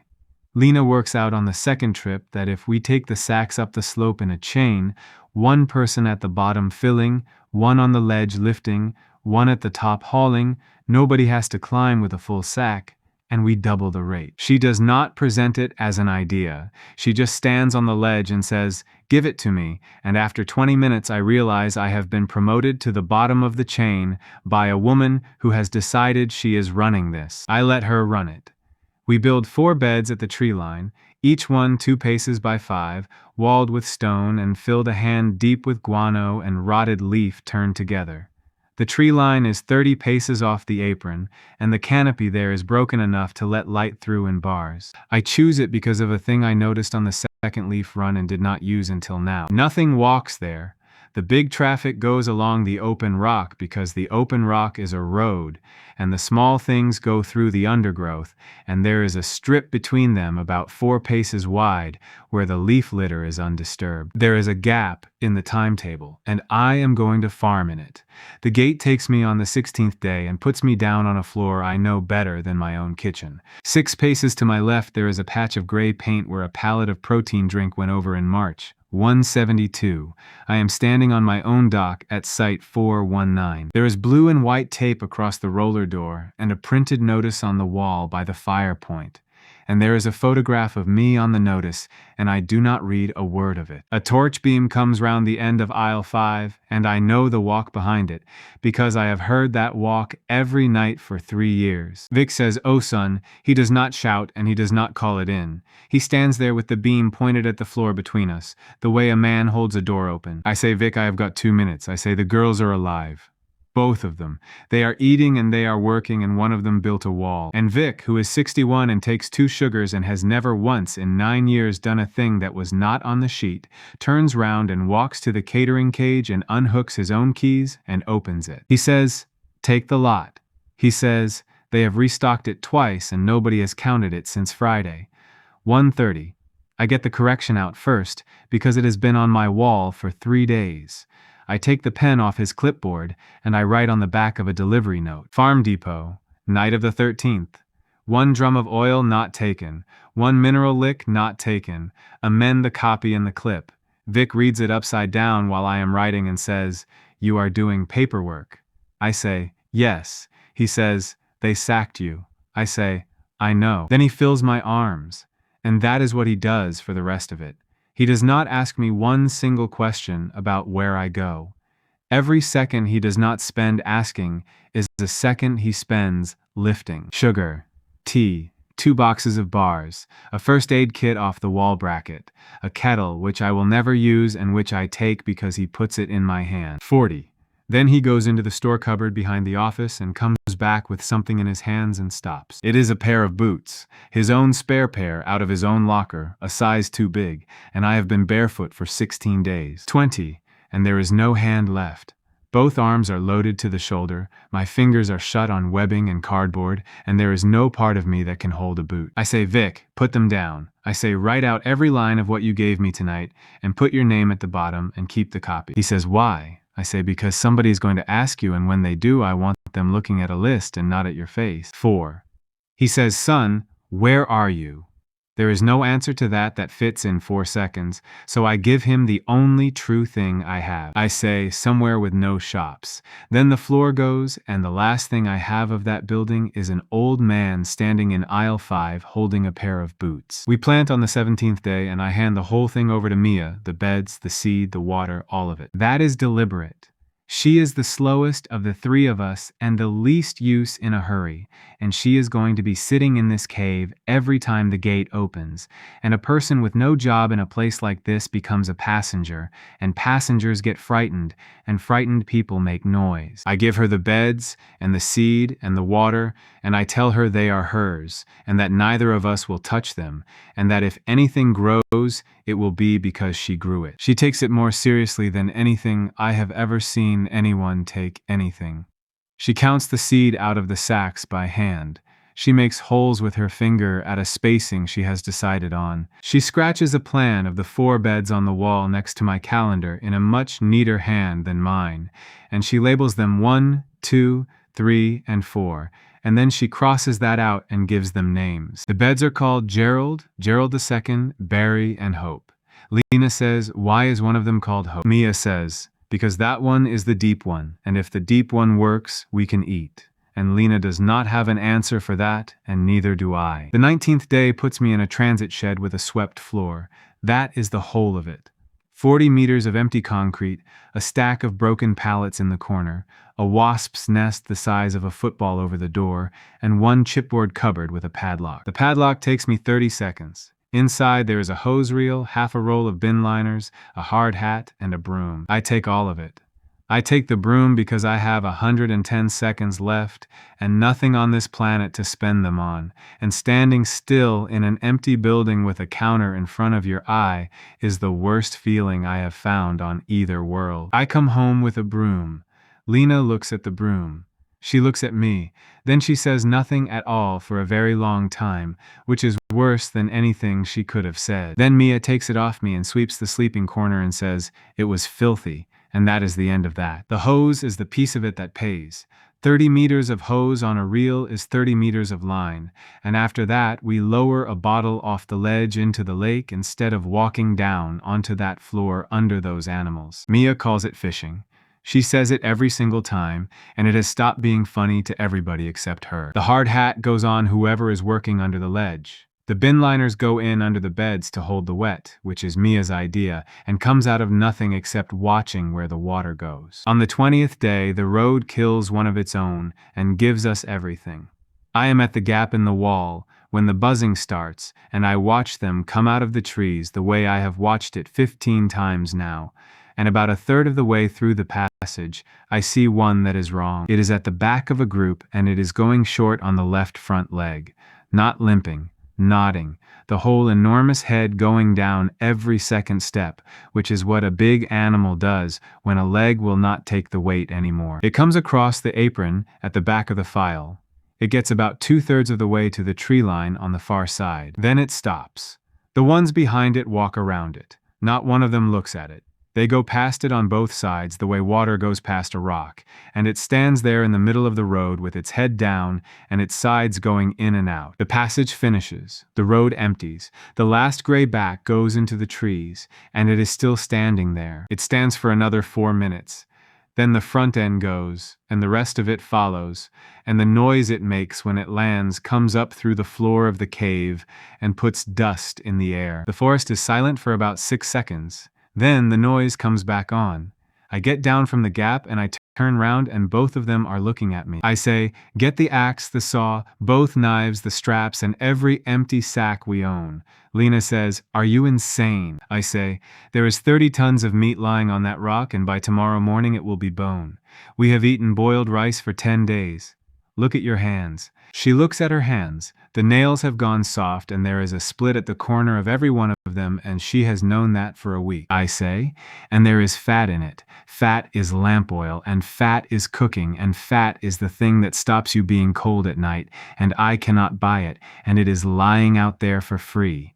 Mia says, "What if something comes?" I say, "Something is definitely coming. That is the whole problem. So we are going to be quick and we are going to be organized, and I am going to tell you both exactly what to do before we go out, because out there I will not be able to explain anything twice." We stand in the crawl hole and I run the brief and I make them repeat it back, and I hear my own voice doing the thing it used to do at the start of a shift, and I do not have time to find that funny.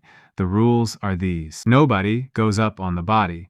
If it moves, you are under a house that is falling down. We work the back leg only. The back leg is off the ground on the high side, it has the biggest single muscle on the animal, and it is furthest from the head. And the head is where a scavenger goes first. Mia does not cut. Mia holds sacks open, and Mia watches the tree line, and if Mia says the word she has chosen, we all leave whatever is in our hands and we run. The word Mia chooses is Gerald. We go out. Up close, the thing is geography. The flank is a gray wall higher than my head, and the hide on it is the thickness of a car tire, and the first thing I learn is that my axe does not go through it. It bounces. It bounces so hard that the handle jars my wrist and I nearly drop it. Lena says, "Let me." I say, "It is not strength." She says, "I know it is not strength, move." And she takes the axe and does not swing it like an axe. She puts the edge against the hide at an angle, both hands low on the handle, and she pushes and draws in one motion, a long slicing pull, the whole thing coming from her hips and shoulders together. The hide opens like a zip. She's been cutting things with a blade held in one hand since she was 9 years old, and what she knows about edges and angles is not in any book I have read, and it is worth more right now than everything I know about pallets. She opens 1.5 meters of the flank in 3 passes. Then we are inside it, and it is hot, and it is the worst place I have ever put my hands, and neither of us stops. The fat comes off the inside of the hide in sheets, pale yellow, dense, and the moment I get a piece of it in my hands, I stop worrying about calories for the rest of the month. We fill 2 sacks with fat before we touch a single piece of meat. Then the leg. We work the big muscle off the bone in slabs, and it is dark red and coarse-grained, and it comes away easier than beef, and Mia holds each sack open and ties it and drags it back to the pile, and does not look at what is going into it. I keep a count out loud because a count keeps 3 people at the same speed, 2 sacks of fat, 4 of meat, 6, 8. The hide we take last, and we take 1 piece, a rectangle about 2 paces by 1, cut with the axe and pulled off with the chain, and all 3 of us leaning back on it like a tug-of-war team. Then Mia says, "Gerald." She says it quite calmly. She says it once. I look up. Across the apron at the tree line, there is a shape standing in the shadow under the canopy, and it is not moving. I cannot see it properly, and I do not need to. I can see 2 flat discs where the light is coming back out of its eyes, and I can see how far apart they are. They are further apart than my shoulders. I say sacks. Now, we take 9 sacks in the hide and we go, and the thing at the tree line comes out into the light behind us and does not run. It walks. It walks the way something walks when it has done the arithmetic and does not think you are the interesting part of the situation.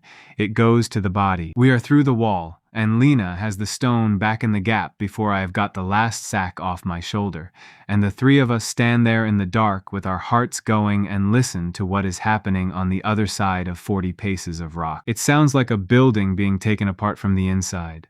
I sit down on the floor with my back to the wall, and I look at 9 sacks of meat and 2 of fat and a piece of hide the size of a door. And I know I have made a mistake. I do not know what it is yet. That is what makes it bad, and it takes me until the middle of the night to find it, and I find it lying on my back, looking at the ceiling. We carried 9 wet sacks across 40 paces of open rock. There is a line of blood on that ground from the body to my wall, and it is a hand's width wide in places, and it goes straight to the only door of the only building on this planet with 3 humans in it. I have spent 3 weeks thinking about the load, and I never once thought about the road.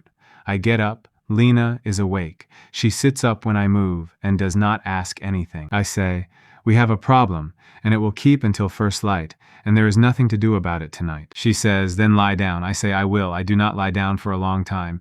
Somewhere else, a woman is being told no by a man with a job title long enough to need 2 lines on a card. Riva Sandoval has asked for 3 things. She has asked that a pallet of specified goods be built and left in an open bay at a named site. She has asked that nobody be inside that building at 3 in the morning. She has asked that the pallet be photographed and left alone. The man says the word liability 7 times in 4 minutes. He points out that they are being asked to prepare a delivery for a suspect in an active investigation.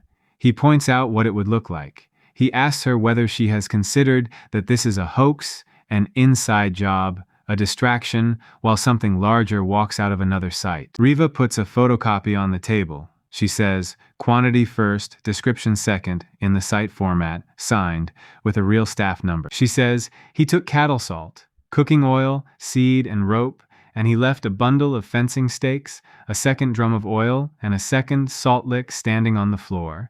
And then he wrote and told us he had left them." Then she puts a second sheet beside it. It is a list in an old man's handwriting. Everything the night watch at 419 handed over across a broken cage at 2 in the morning, signed and dated at the bottom. She says this man was not robbed and he did not report a theft.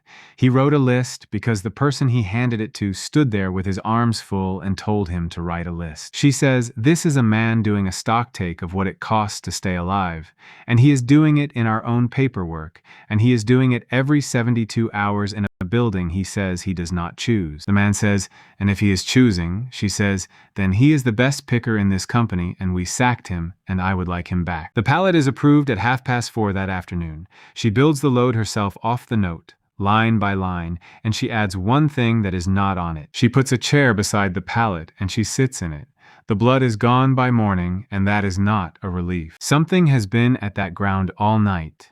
The rock is licked clean in a band from the wall out to 20 paces, and there are marks in the leaf litter beyond it, and the marks are round and deep and about the size of a dinner plate. The body on the road is a rib cage. In one night, 30 tons of animal has gone down to a hoop of bone standing on the rock like the frame of a boat, and whatever did it is not one thing, because there are 3 sizes of print out there, and they overlap. I stand in the crawl hole and I do the piece of arithmetic that I have been avoiding. A thing that eats 30 tons in a night eats every night. Something on that road dies often enough to feed them, or they would not be here. That is a cycle too, and my wall is between me and it, and my wall was built by a girl with her hands.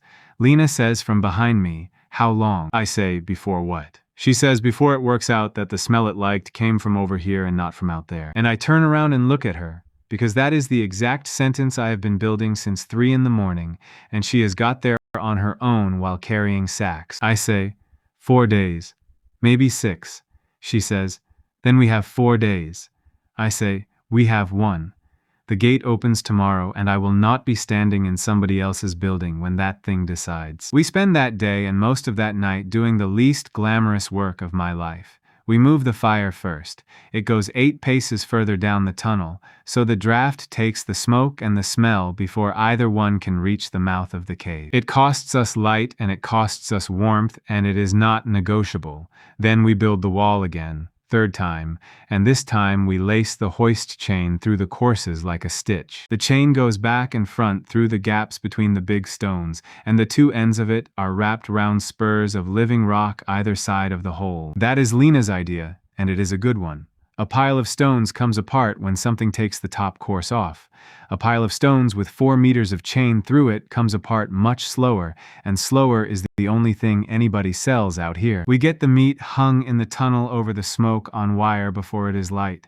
Over the days after that it dries dark and hard and unpleasant, and it will last, and the cave smells of it, and I hate that, and there is nothing I can do about it. And before dawn I take the fat and I render it down in the burnt-out chickpea tin. It goes from yellow slabs to a clear gold liquid that smells like the best thing that has ever existed, and Mia makes a noise over it that I have no word for. We fry rice in it. Fried rice with cattle salt in a tin on the floor of a cave, and all 3 of us eat until our stomachs hurt. Afterwards, Mia lies flat on her back with her hands on her belly and says, "That is the best food in the world," and nobody argues, because at that moment, it is true. I keep 2 liters of the rendered fat back and I put a twist of tracksuit in a lid and I light it. The cave gets a lamp.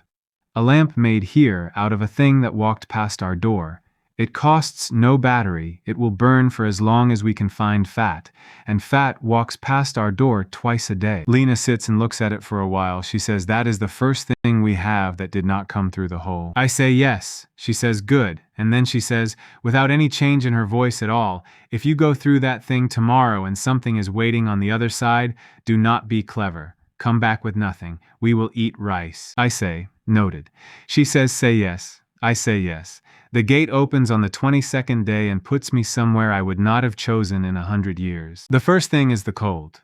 Not the 18 degrees of a night-lit warehouse. Real cold, the kind that goes into a wet man like a hand, and I am standing on a steel floor in bare feet, and my feet stick to it. The second thing is the noise. There is machinery running somewhere above me at a volume that makes the air feel thick. I am in a cold store. 174. There is a corridor of pallets on both sides going away into a fog that is not fog, it is the air giving up its water, and there are frost-furred pipes overhead, and there is a digital panel on the wall by the door with a number on it that I read and then read again, -22. I have 3 weeks of jungle heat in my skin, and I have about 90 seconds before my hands stop working, and I know that number because I ran a chilled contract for 8 months and did the training. I go for the door first because in a cold store the only thing that matters is the door. It is a heavy sliding one with a rubber seal and a green emergency release on the inside, and I put my shoulder on it and get it back a foot and jam a pallet batten in the gap because I am not going to die of being clever in a freezer. Then I turn round and look at what is in here, and I stop being cold for a second. It is meat. It is bulk frozen protein in cases, stacked 6 high on every pallet in the run, and the labels say things like block frozen and mince and diced. Each case is 15 kilos, and every one of them is a week of a person's life. 130. And there is no pallet waiting for me. There is no note. There is nobody standing here with a clipboard and a deal. I do not know what I expected. I wrote a manifest and put it in a bulldog clip on a counter in a farm shop, and some part of me had built a small, stupid picture in which somebody read it and did something about it. Nobody has done anything about it. I am a thief in a freezer. I stop wasting seconds on that and I work. 4 cases on the floor by the door, then 4 more. Then I find the thing I actually want. 2 runs down on a pallet on its own, and it is a stack of cardboard drums of frozen concentrate, apple, and 1 drum is 9 liters of fruit made small. There has been a taste of nothing in my mouth since the 2nd week, and this is the answer to it, and I take 2 drums. 90. There is a battery pallet truck on charge by the door, and I look at it and I laugh out loud in an empty freezer, because a pallet truck is a machine for putting things on the floor, and the floor is the one place I am not allowed to leave anything. But there is a hoist in every goods in bay in this country, and this building is a building. I go out through the door I jammed and into the loading bay, and the warm hits me like a wall, and I find it in 4 seconds because it is where it always is, over the maintenance bench, and this one is electric. Electric. I have never been so pleased to see a chain motor in my life. I bring the load out of the freezer in 3 runs, and not one of those 3 runs is dignified. I skid on the wet floor of the bay twice, and I go down once, and my feet have gone from cold to hot, which is the sign that means stop, and I do not stop. 51. I strap it. 8 cases and 2 drums in a net of 4 load straps hooked. I put my thumb on the up button and the motor takes it off the deck and holds it there and does not care how heavy it is. I stand under 140 kilos of frozen food hanging off a chain, and I have 30 seconds spare. 30 seconds is not spare. 30 seconds is a whole minute of my week. I turn around, looking, and I find what I am looking for on the wall above the bay office door. A camera, a little black dome with a red light in it, pointed at the bay, because bays get robbed. I go and stand under it and I look up into it and I hold up my hands so that whoever watches this can see what is in them, which is nothing. I say, my name is Kai Marrow, site 419, and I left a note in a farm depot 9 days ago and nobody read it. 22. I say, I cannot choose the building. It puts me somewhere different every time and it is always yours. So do not put one pallet in one place and wait for me, because you will wait until you are old. I say, stock all of them. 16. I say, 1 pallet in the goods in bay of every site you have, off the floor if you can, and one of them will be right. And when it is right, I will take it and I will leave you a note saying which building it was, and then you will know something about this that nobody on this planet knows. 9. I say, and put a pen in with it. Then I get back under the load, and I get my hands on the hook and the chain above it, and I take my feet off the floor and hang there like a sack. For the last 4 seconds of my time on Earth, I am freight, in a cold store bay, in a town I could not name if you paid me. Then, the cave. 140 kilos of frozen meat hit stone from a height of about a foot, and 2 of the cases split, and the noise brings both girls out of the tunnel at a dead run. Mia gets to the meat first, and she picks up a 15-kilo block of frozen mince in both arms, and holds it against her chest, and stands there in the middle of the cave saying, "It is cold, over and over," and then she starts to laugh, and cannot stop. Then I get the lid off one of the cardboard drums with the point of a knife. What is inside is frozen hard, and it is the color of a traffic light. Apple. 9 liters of it in that drum, boiled down until it is nearly toffee. I chip a piece off with the point of the knife and I put it in Mia's hand and I say, "That is not brown." She does not say anything at all. She puts it in her mouth and sits down on the stone with her back against a case of frozen mince, and she cries with a piece of apple in her cheek, and Lena goes and sits down beside her. Lena looks at me instead of at the food. She says, "How bad?" I say, "My feet are not good. They are not good. There are white patches on both of them, and I cannot feel the outside of my right foot at all." Lena puts me on the floor and takes them in her hands and holds them against her stomach under her tracksuit top. That is the correct treatment, and nobody has ever taught it to her, and she does not let go for 20 minutes. Nobody says anything for that 20 minutes. At the end of it, there is feeling in the right foot, and it comes back the way it does, which is to say horribly, and I make a noise and she says, "Good," and does not let go for another 5. Then she says, still looking at my feet, "Do not do that again." I say, "There was 180 seconds of frozen protein standing in front of me." She says, "I know what was standing in front of you. I am telling you that we have 30 days of food, and one of you. It comes on the 24th night and it comes to the wall. I am awake before it arrives because the bats do not go out. That is the first sign, and I have to think about it for a second before I understand it. The umbrella sound at dusk does not happen. The chamber stays quiet. Something out there is wrong enough that a ceiling full of blind animals has decided not to go to work. I wake the girls. I do not let them light anything. We sit in the dark at the back of the cave with the fire banked and the lamp out, and we wait, and it takes about an hour, and when it comes we hear it from a long way off. It moves light. That is the thing that turns my stomach over. The road animals shake the mountain, and this thing does not. and yet the small noises in the forest go out in front of it like lights going off in a street. It comes onto the apron, it goes to the ribcage first, and there is a sound of bone being moved, then it comes to the wall. We hear it smell the whole length of the crawl hole. It takes its time. It goes from one side to the other and back, and it is close enough that I can hear the wet of it. Then it puts something into the gap at the top. Lena's hand closes on my arm above the elbow, the way she holds when we cross. The stone at the top of the wall moves, then the next one, and then the whole face of the wall shifts inward about a hand's width and stops, because there is 4 meters of hoist chain laced through it and wrapped round 2 spurs of living rock, and the wall does not come apart. It bulges and it holds. The thing outside pulls back and hits it. Dust comes off the ceiling. Mia makes a sound with no air in it. The wall moves and does not open. It hits it 14 times. I count them because counting is what I have. On the 9th one, a stone comes out of the middle course and lands inside and rolls, and I can see a piece of the night through the hole it leaves, and something moves across the piece of night. Then it stops.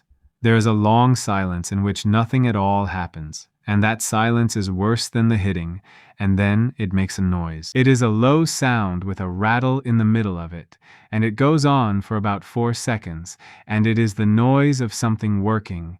It is the noise a man makes shifting a wardrobe when he finds out halfway that it is heavier than he thought. Then it goes away. We do not move for an hour. When I finally light the lamp, Mia is asleep sitting up with her fist in her mouth, and Lena has not blinked in a very long time. I go and look at the wall. It is bulged in the middle by the width of my hand, and the chain has cut into the stone at both spurs, and one link has opened by a third. It held. It held tonight. It will not hold 4 nights from now. In the morning I sit down with both of them, and I put it plainly, because plainly is all I have. I say, we cannot kill it. I want that said out loud before anybody has an idea. I have an axe, a saw, 6 kitchen knives, and 45 kilos of national champion. That thing puts a hole in my wall by leaning on it. Lena says, we could go deeper. The chamber, I say, and live in the dark under a roof of animals with one way out, and starve slower. Mia says, we could move. I say, and take the gate with us. That is the whole of it, and they both see it as soon as I say it. We are not tied to this cave because we like it. We are tied to a hole in the air that stands in the middle of the floor and does not move, and everything we have and everything we will ever have comes through it. I say, so we do not kill it and we do not run. We reschedule it. Lena says, we what? And I get up and go to the wall and put my hand flat on the calendar on 24 days of scratches, and I tell them the only thing I actually know about this planet. I say, everything here runs on a clock. The road runs at the same hour. The quiet runs at the same hour. The bats go out at dusk and come home before light. Nothing here does anything at random, because random costs energy, and everything here is at the edge. I say, and that thing came to my wall last night at a particular time, and it came to the ribcage first, and if it comes back tonight, it will come at the same time, and if it comes at the same time, it has a routine. I say, and I have spent 6 years moving other people's routines around. Mia says, you want to change its dinner time. And I stand there with my hand on the wall, and I look at her, because she has got it in one sentence, and it took me half the night. I say, yes, I want to move its dinner 20 minutes earlier every day for 6 days, Lena says, and on the 6th day. I say, on the 6th day, its dinner is on the road, and the road does not stop for anything, and I have watched 40 of them walk over their own kind without turning a head. Nobody says anything. Then Lena says, and how do we move its dinner? I say, we feed it. We start that afternoon, and it is the most frightening work we do on this planet, and none of it involves being brave. The bait is the last of the dried meat, and the trimmings and the sacks the fat came in, and it goes out onto the apron on a length of the blue rope, and we put it out at the hour I calculate, and We go back inside and we listen. The first night it comes at its own time and finds the bait already there and eats it and comes to the wall anyway and hits it 4 times and my hands shake for an hour afterwards. The second night it comes 7 minutes early. I put that on the wall in a new column and I sit and look at the column for a long time and Lena comes and sits next to me and looks at it too. She says, "That is it working." I say that is one data point and a hope. She says, "It is working." The third night it comes 26 minutes early and it does not come to the wall at all. We move the bait forward again and again. Each day I put it out earlier, and each day further from the wall and closer to the road, 30 paces, then 60, then 100. Each day the thing comes earlier and goes where the food is because it is not stupid, and that is exactly why this works. A stupid animal cannot be trained. This one learns fast, which is the whole reason it is dangerous, and it is also the whole reason I can move it. On the fourth of those days, the dried meat runs out, and I have to start opening the cases. I put out 4 kilos of frozen mince that came out of a cold store on a planet where nobody has ever heard of this place, and I do it again the night after, and again the night after that. The gate opens twice in the middle of all this, and both times I go, and both times I come back loaded, and both times half of what I bring goes straight back out onto the rock for the thing that wants to eat us. Mia keeps the food column. She has kept it since the day I gave her a job.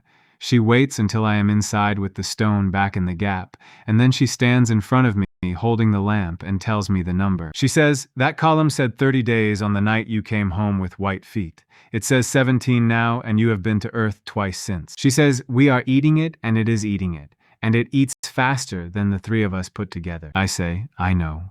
I say, "And if this works, we get the road, and the road is 30 tons at a time." She looks at me for a moment, and then she says, "All right," and goes back to her beds. And that is the moment I stop worrying about Mia. On the 5th evening, Lena comes and sits down next to me while I am watching the light for the exact minute. She does not say anything for a while. Then she says, "If this does not work, what happens?" I say, then in about 3 days it takes the wall apart, and we find out how fast the 3 of us can get down a slope in the dark. She says, "And if it does work?" I say, "Then we have a farm, a lamp, a freezer we cannot switch off, and a road with an accident on it about every 3 weeks, and I stop being frightened all the time and start being frightened on a schedule." She laughs. It is a proper laugh, short, surprised out of her. Then she says, "You know that when we get back, nobody is going to believe a word of this." I say, "I have a carbon copy and a bulldog clip in a farm shop with my signature on it." She says, "That is the least romantic sentence anybody has ever said to me." And she says it in a completely level voice, looking straight out at the wall, and then she gets up and goes and checks the water without waiting for me to work out what to do with my face. Somewhere else, a woman is watching a piece of black and white footage for the 40th time. The man in it is standing under a camera in a loading bay with his hands held up empty. He is barefoot and there is mud dried to the middle of his shins. Behind him, 140 kilos of frozen goods is hanging off a chain and turning slowly. There is no audio on the camera in that bay. Riva Sandoval has had the file read 4 times by a woman who works with the deaf, and the woman has given her the words, and Riva has them typed out on a card that she now keeps in her coat pocket. Stock all of them, 1 pallet in the goods in bay of every site you have. Off the floor if you can, off the floor. She has spent a week on those 3 words because they are the only 3 in the whole message that were not about her company's logistics and were about his. He can only take what is not touching the ground. She takes the card out at a meeting of 6 people and reads it to them, and then she puts a costing on the table because she has learned that nobody in this business believes anything until it has a number under it. 641 pallets. A defined load, built to a manifest, refreshed every 72 hours. The cost of it per year is less than the company writes off in damaged stock in a single quarter. The man with the long job title asks her what the company gets for it. Riva says, one of 2 things. Either it stops, and we have spent a rounding error finding out that we were being robbed by a lunatic. She says, or it does not stop. And one morning we open a bay and there is a note in it, and it will be the most valuable piece of paper in this country. They approve it in 6 minutes. At the bottom of the build sheet, under the food and the tools and the fuel and the medicine, she adds 2 lines of her own and does not put them out for discussion. 1 pen, 1 pad of dispatch notes, carbon copy. The 6th day comes and I get the hour wrong by 9 minutes and nearly lose everything. Here is what is supposed to happen. The bait goes out at the mouth of the road 2 hours before the quiet. The thing arrives on its new time, which by my column is now 2 hours and 40 minutes earlier than where it started. It eats. It stays, because it always stays a while after it eats. The quiet comes, the road does the rest. Here is what happens. We put the bait out and we come in, and I put the stone back, and I get my eye to the gap, and it arrives 9 minutes early, even on its new time, which means it has kept shifting on its own, and I did not allow for that. It eats in about 90 seconds, which is faster than any of the other nights. Then it stands up, and it turns round, and it starts to come back toward the wall. Lena is at my shoulder, and I feel her go still. There is nothing on the apron between it and us. The bait is gone. It is early. There is an hour and a half before the quiet, and it has finished its dinner, and it has remembered where the interesting smell lives. I say, get away from the wall, and I do the stupidest thing I have done since the loading dock, and I want it on the record because I would like to be honest about the ratio of cleverness to luck out here. I take the lamp. With 2 liters of rendered fat in it, and I get up into the crawl hole, and I push it out through the gap, and I throw it, underarm, as hard as I can, back toward the road.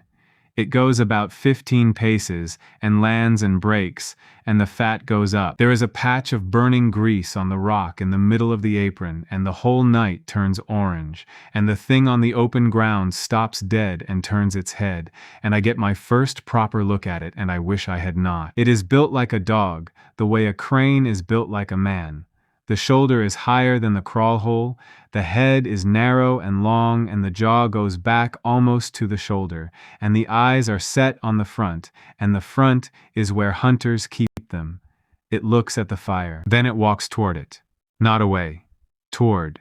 Because it has never seen fire, and nothing on this planet has ever heard it, and it is going over to find out what this is. It stands there over the burning fat, and puts its nose down into the heat, and jerks back, and makes the working noise, and stands there again, and it is still standing there 20 minutes later, and 40, and an hour.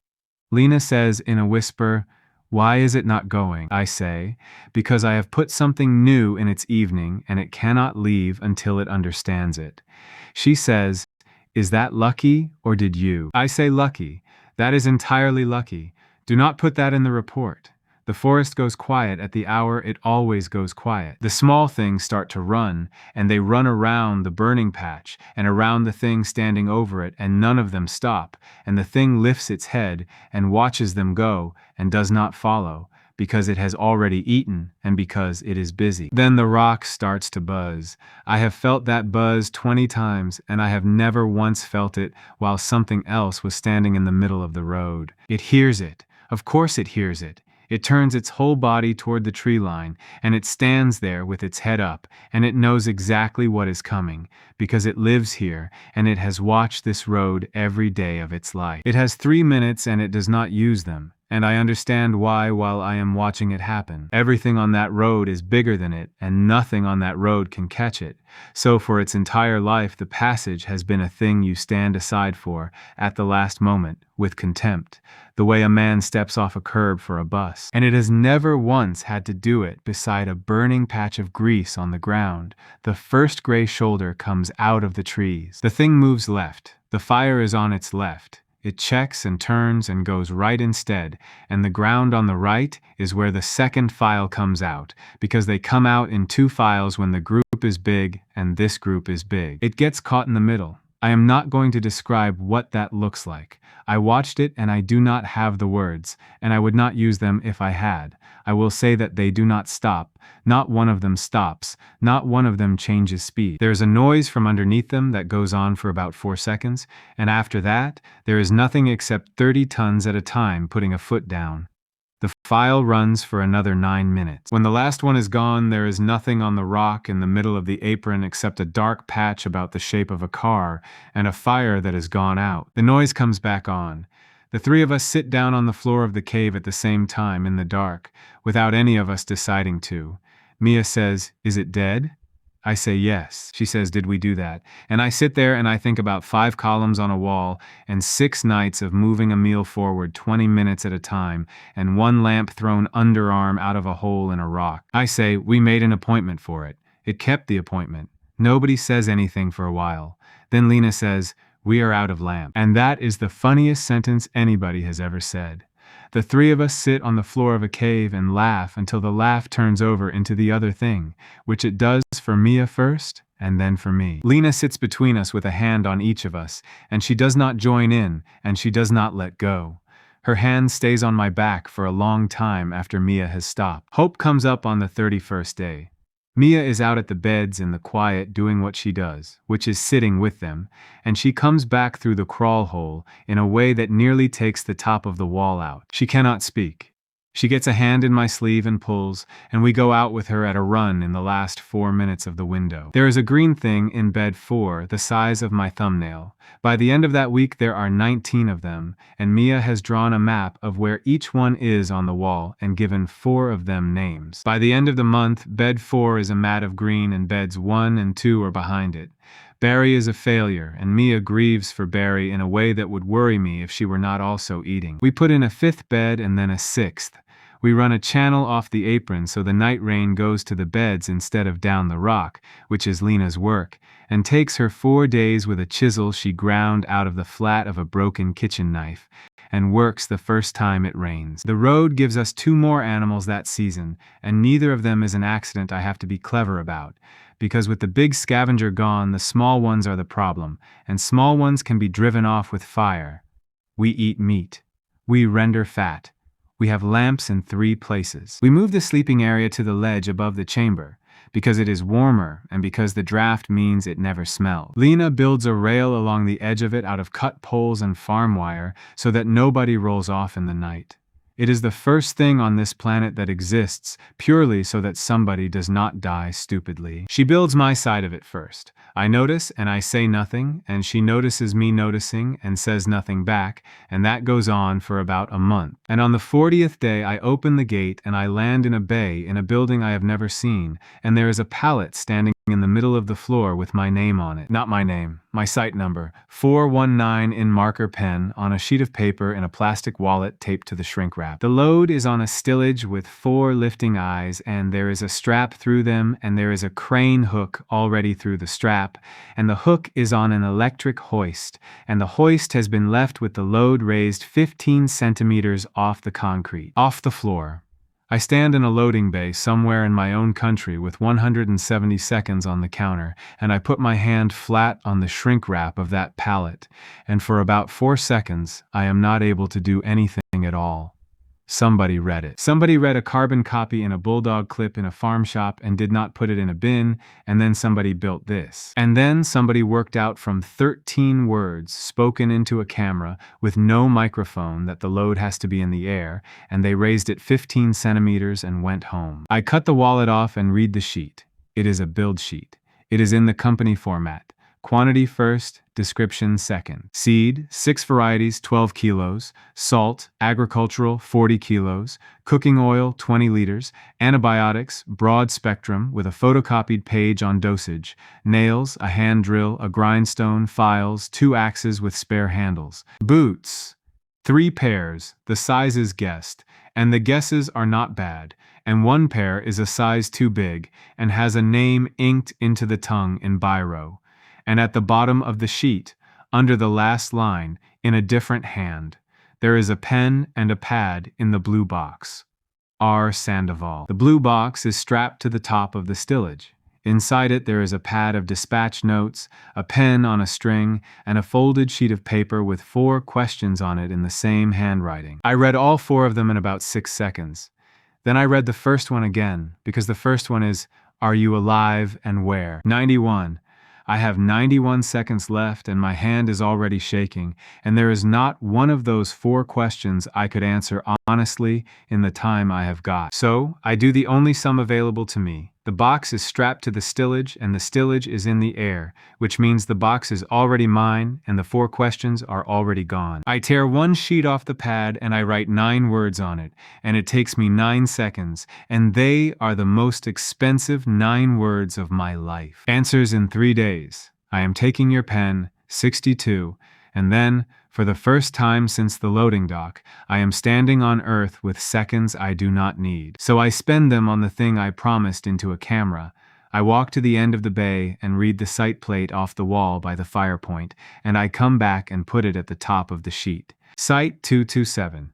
It cost me 38 seconds, and it is the first line anybody alive has ever had that says where the door went. 24. I put the sheet in the plastic wallet and I tape the wallet to the hoist chain at eye height where nobody can miss it. It is safe there because this chain cannot come with me. It is load chain, and load chain is dead-ended inside the hoist body, up in the roof steel where no hand reaches it. The 4 meters I got on the first night were hand chain, a loop with no end and no anchor, and I had it in both fists when the count went.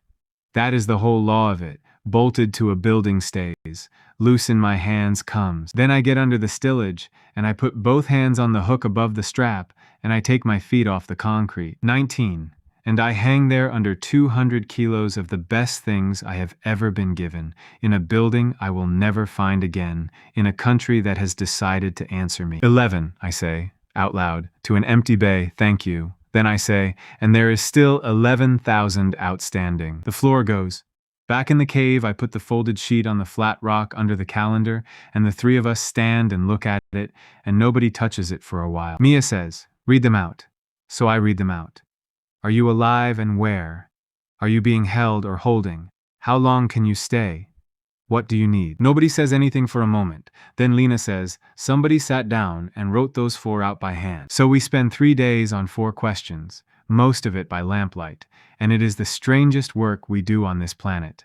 Nothing to carry and nothing to lift, and it matters more than either. The first one takes me a whole evening because every fact I put down is a fact about being alive, and my hand keeps stopping in the middle of the line. Alive, not on Earth. The sun is wrong and the gravity is light. The trees go up 60 meters, the animals are the size of buildings, and nothing here has ever seen a human being. Mia makes me add that the leaves are the size of doors. She says nobody will believe the rest of it, and that is the bit that will make them. The second one Lena takes off me. She sits with the pad on her knees and writes it in block capitals, so that there can be no argument about any of it. She writes nobody is holding us. She writes there is a hole in the air and it belongs to nobody and it takes orders from nobody. Then she stops and adds one more line underneath and folds the corner of the sheet over it so I cannot read it, and says, that one is for my mother. The third question is the easy one, and it is the one that costs 180 seconds every 72 hours,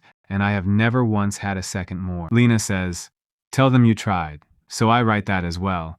I have tried holding on, both hands round a rack upright with the count on 0, and it changed nothing except my shoulder. The fourth question takes 2 days, because the fourth question is, what do you need? And the 3 of us do not agree about it. Mia wants glass. She wants it more than she wants food, and she says so out loud, and does not go red about it. She has 4 beds under a broken canopy, and she wants a roof made out of light. Lena wants wire.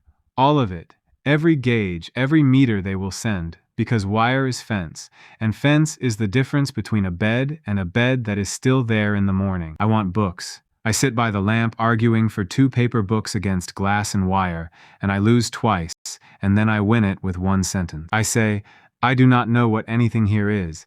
I do not know whether the fruit on that vine outside is food or the last mistake any of us ever makes. Nobody answers that. Then Mia takes the pen off me and writes 1 book about soil and 1 about animals, with pictures at the top of the list above the glass. The rest of it goes down in the order we would take it if they could only send half. Wire, glass, files, a whetstone, chicken wire, fishing line, boots that fit. And at the bottom I put what is going the other way, because a manifest with nothing outbound on it is a begging letter, and this is a trade. 1 hide, 2 paces by 1. One thigh bone as long as a car and as light as a broom handle. 4 jars of seed off 4 plants, labeled by hand in Mia's round, careful writing. And 1 piece of the rock out of our own walls, the kind that glows, with a line under it that says, "This is our only light source.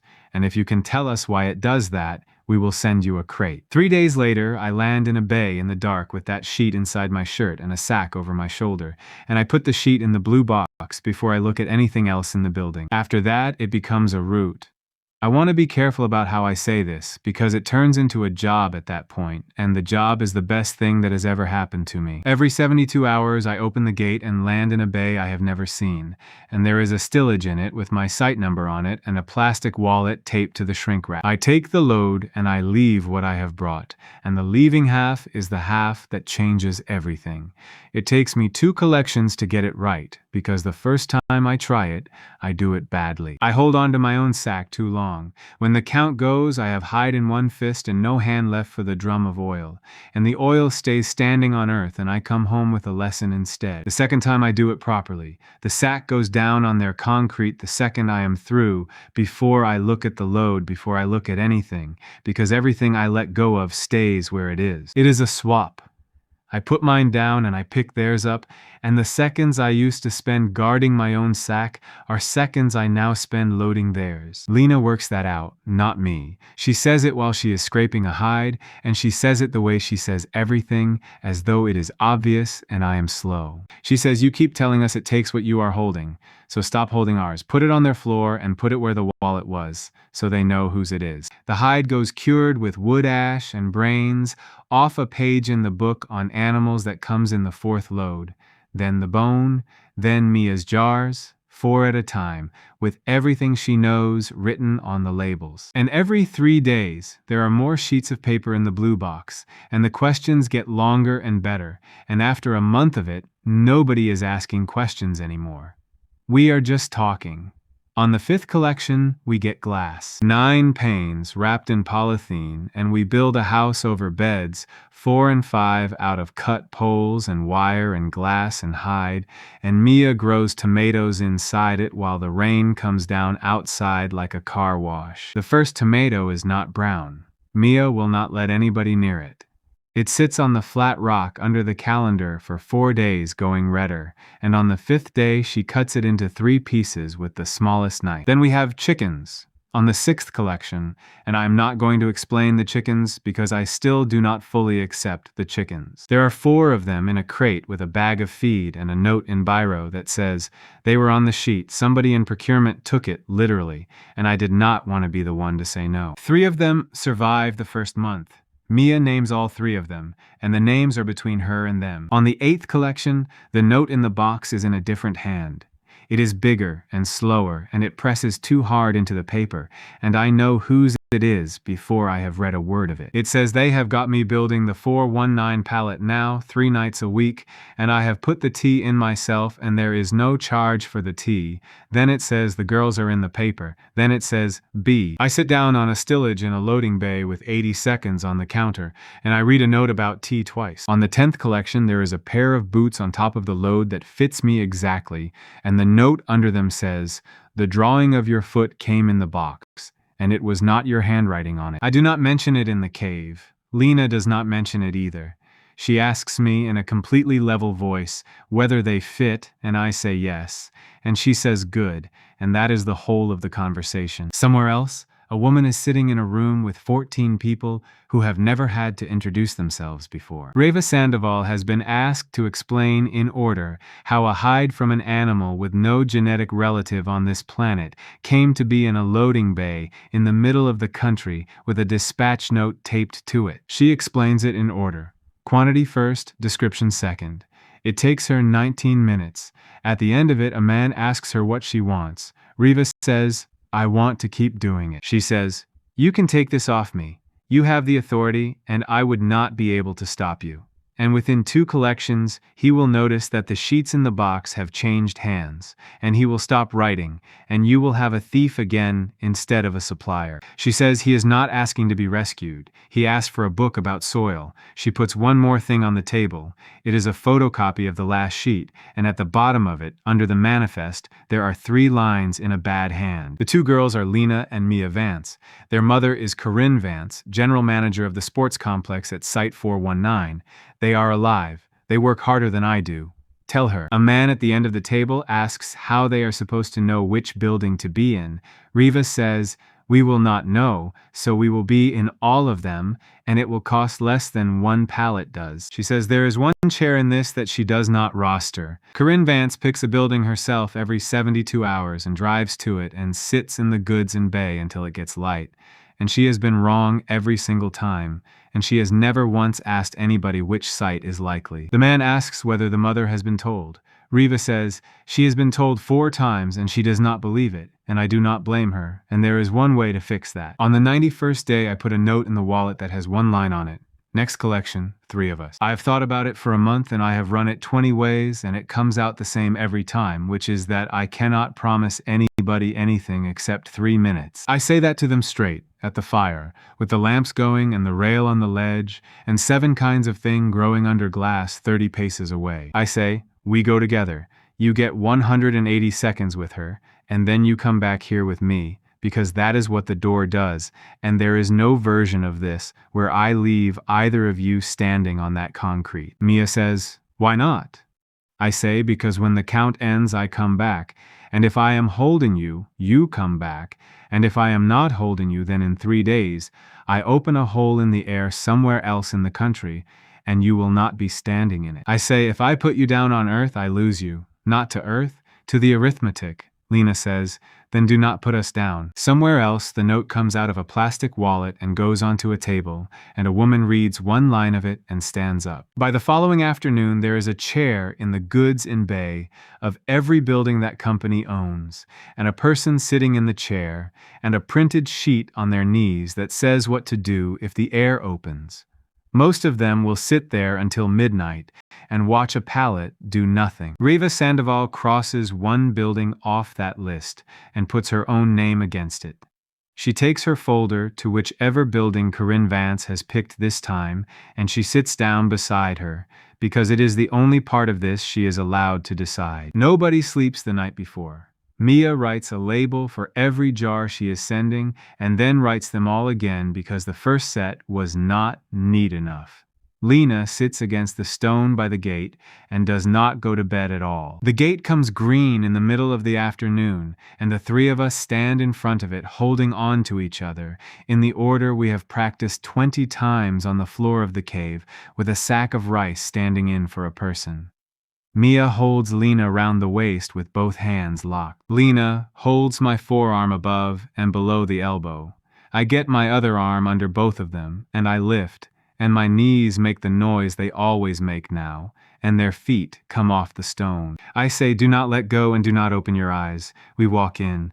The between place puts its shoulder into us properly this time. It does not want to, and it especially does not want the one at the far end, and I feel Mia slide. And I feel Lena's whole body locked down against it, every trained fiber in her arms and back, holding her sister on with nothing but grip.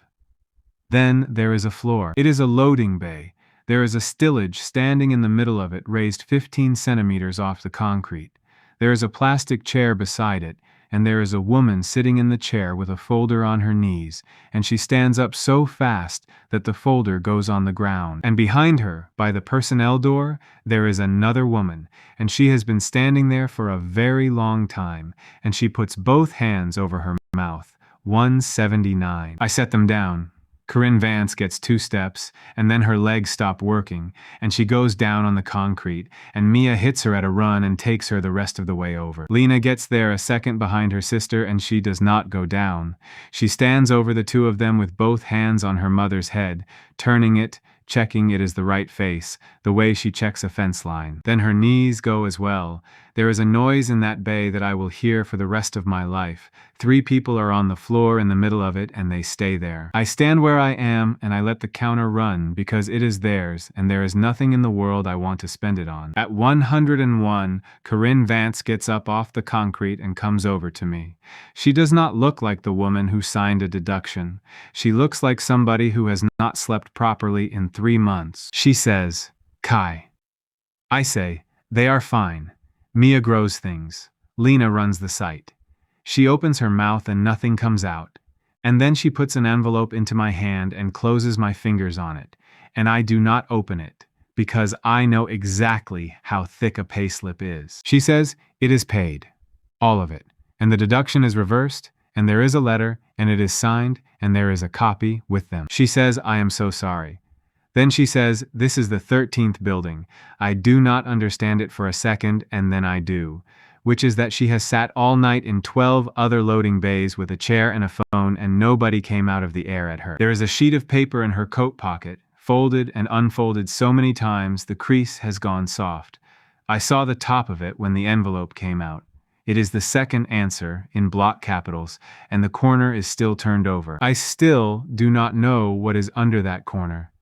Lena looks at the pocket and then at her mother, and her mother nods once, and the two of them settle it without a word, and it is none of my business, and I am glad of that. And here is the thing that I did not expect about that moment, which is that I do not feel anything at all about the money. For 3 months I have been signing 11,000 at the bottom of dispatch notes as a joke that was not a joke.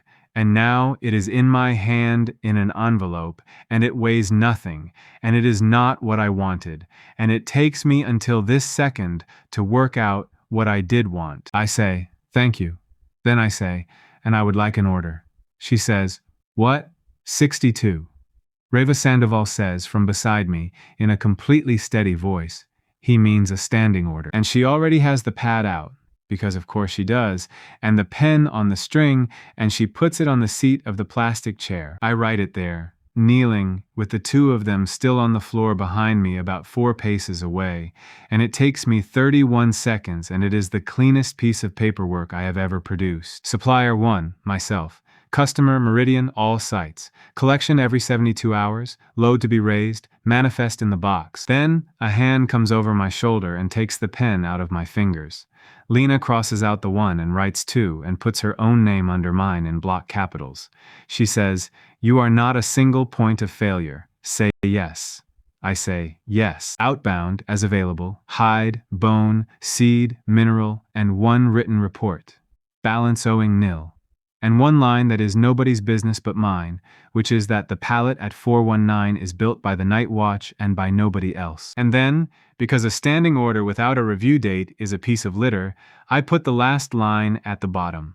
Review in 1 year, in person, 3 minutes, at whichever building it puts me in. I sign it. Lena signs it. Reva signs it. Corinne Vance signs it with a hand that is not working properly, and the carbon copy goes into the blue box, and the top sheet goes into the folder. 19. Lena and Mia get up off the floor. I do not have to tell them. Mia hugs her mother in a way that is going to be on the inside of my eyelids for a long time, and then she steps back and takes her sister round the waist with both hands locked. Lena takes my forearm above and below the elbow. Corinne Vance says, "Wait." Lena says, "Mum, 3 days." 11. I get my arm under them and I lift, and their feet come off the concrete, and my right hand goes up and closes on the hook above the strap of a stillage that has glass in it and wire and a book about birds. 4. Reva Sandoval says, "1 question." I say, "Go." She says, "What do you call it?" "Where you are. It has to have a name for the file." And I look at a woman with a folder in a loading bay, and I think about a stone room with a rail on the ledge and a lamp burning fat, and a glass house with tomatoes in it, and a wall with a calendar scratched into it that goes today, 94. I say, "It is not a file. It is a site." Then the concrete goes out from under my heels for the 31st time, and I am holding everything I own. So that is the whole of it. A man with no money, no weapon, and no idea where he was, and the only thing he actually brought with him was the habit of counting. He wrote down when the forest went quiet. He wrote down what a wall cost him. He wrote down what he owed and what he was owed, and he kept writing it down on days when it made no difference at all. And then one day it made all the difference there was. Two girls who had won everything found out that none of it counted out there, and instead of falling apart, they learned to carry, to climb, and to grow things. Nobody out there was saved by being strong or being lucky. They were saved because somebody kept the book.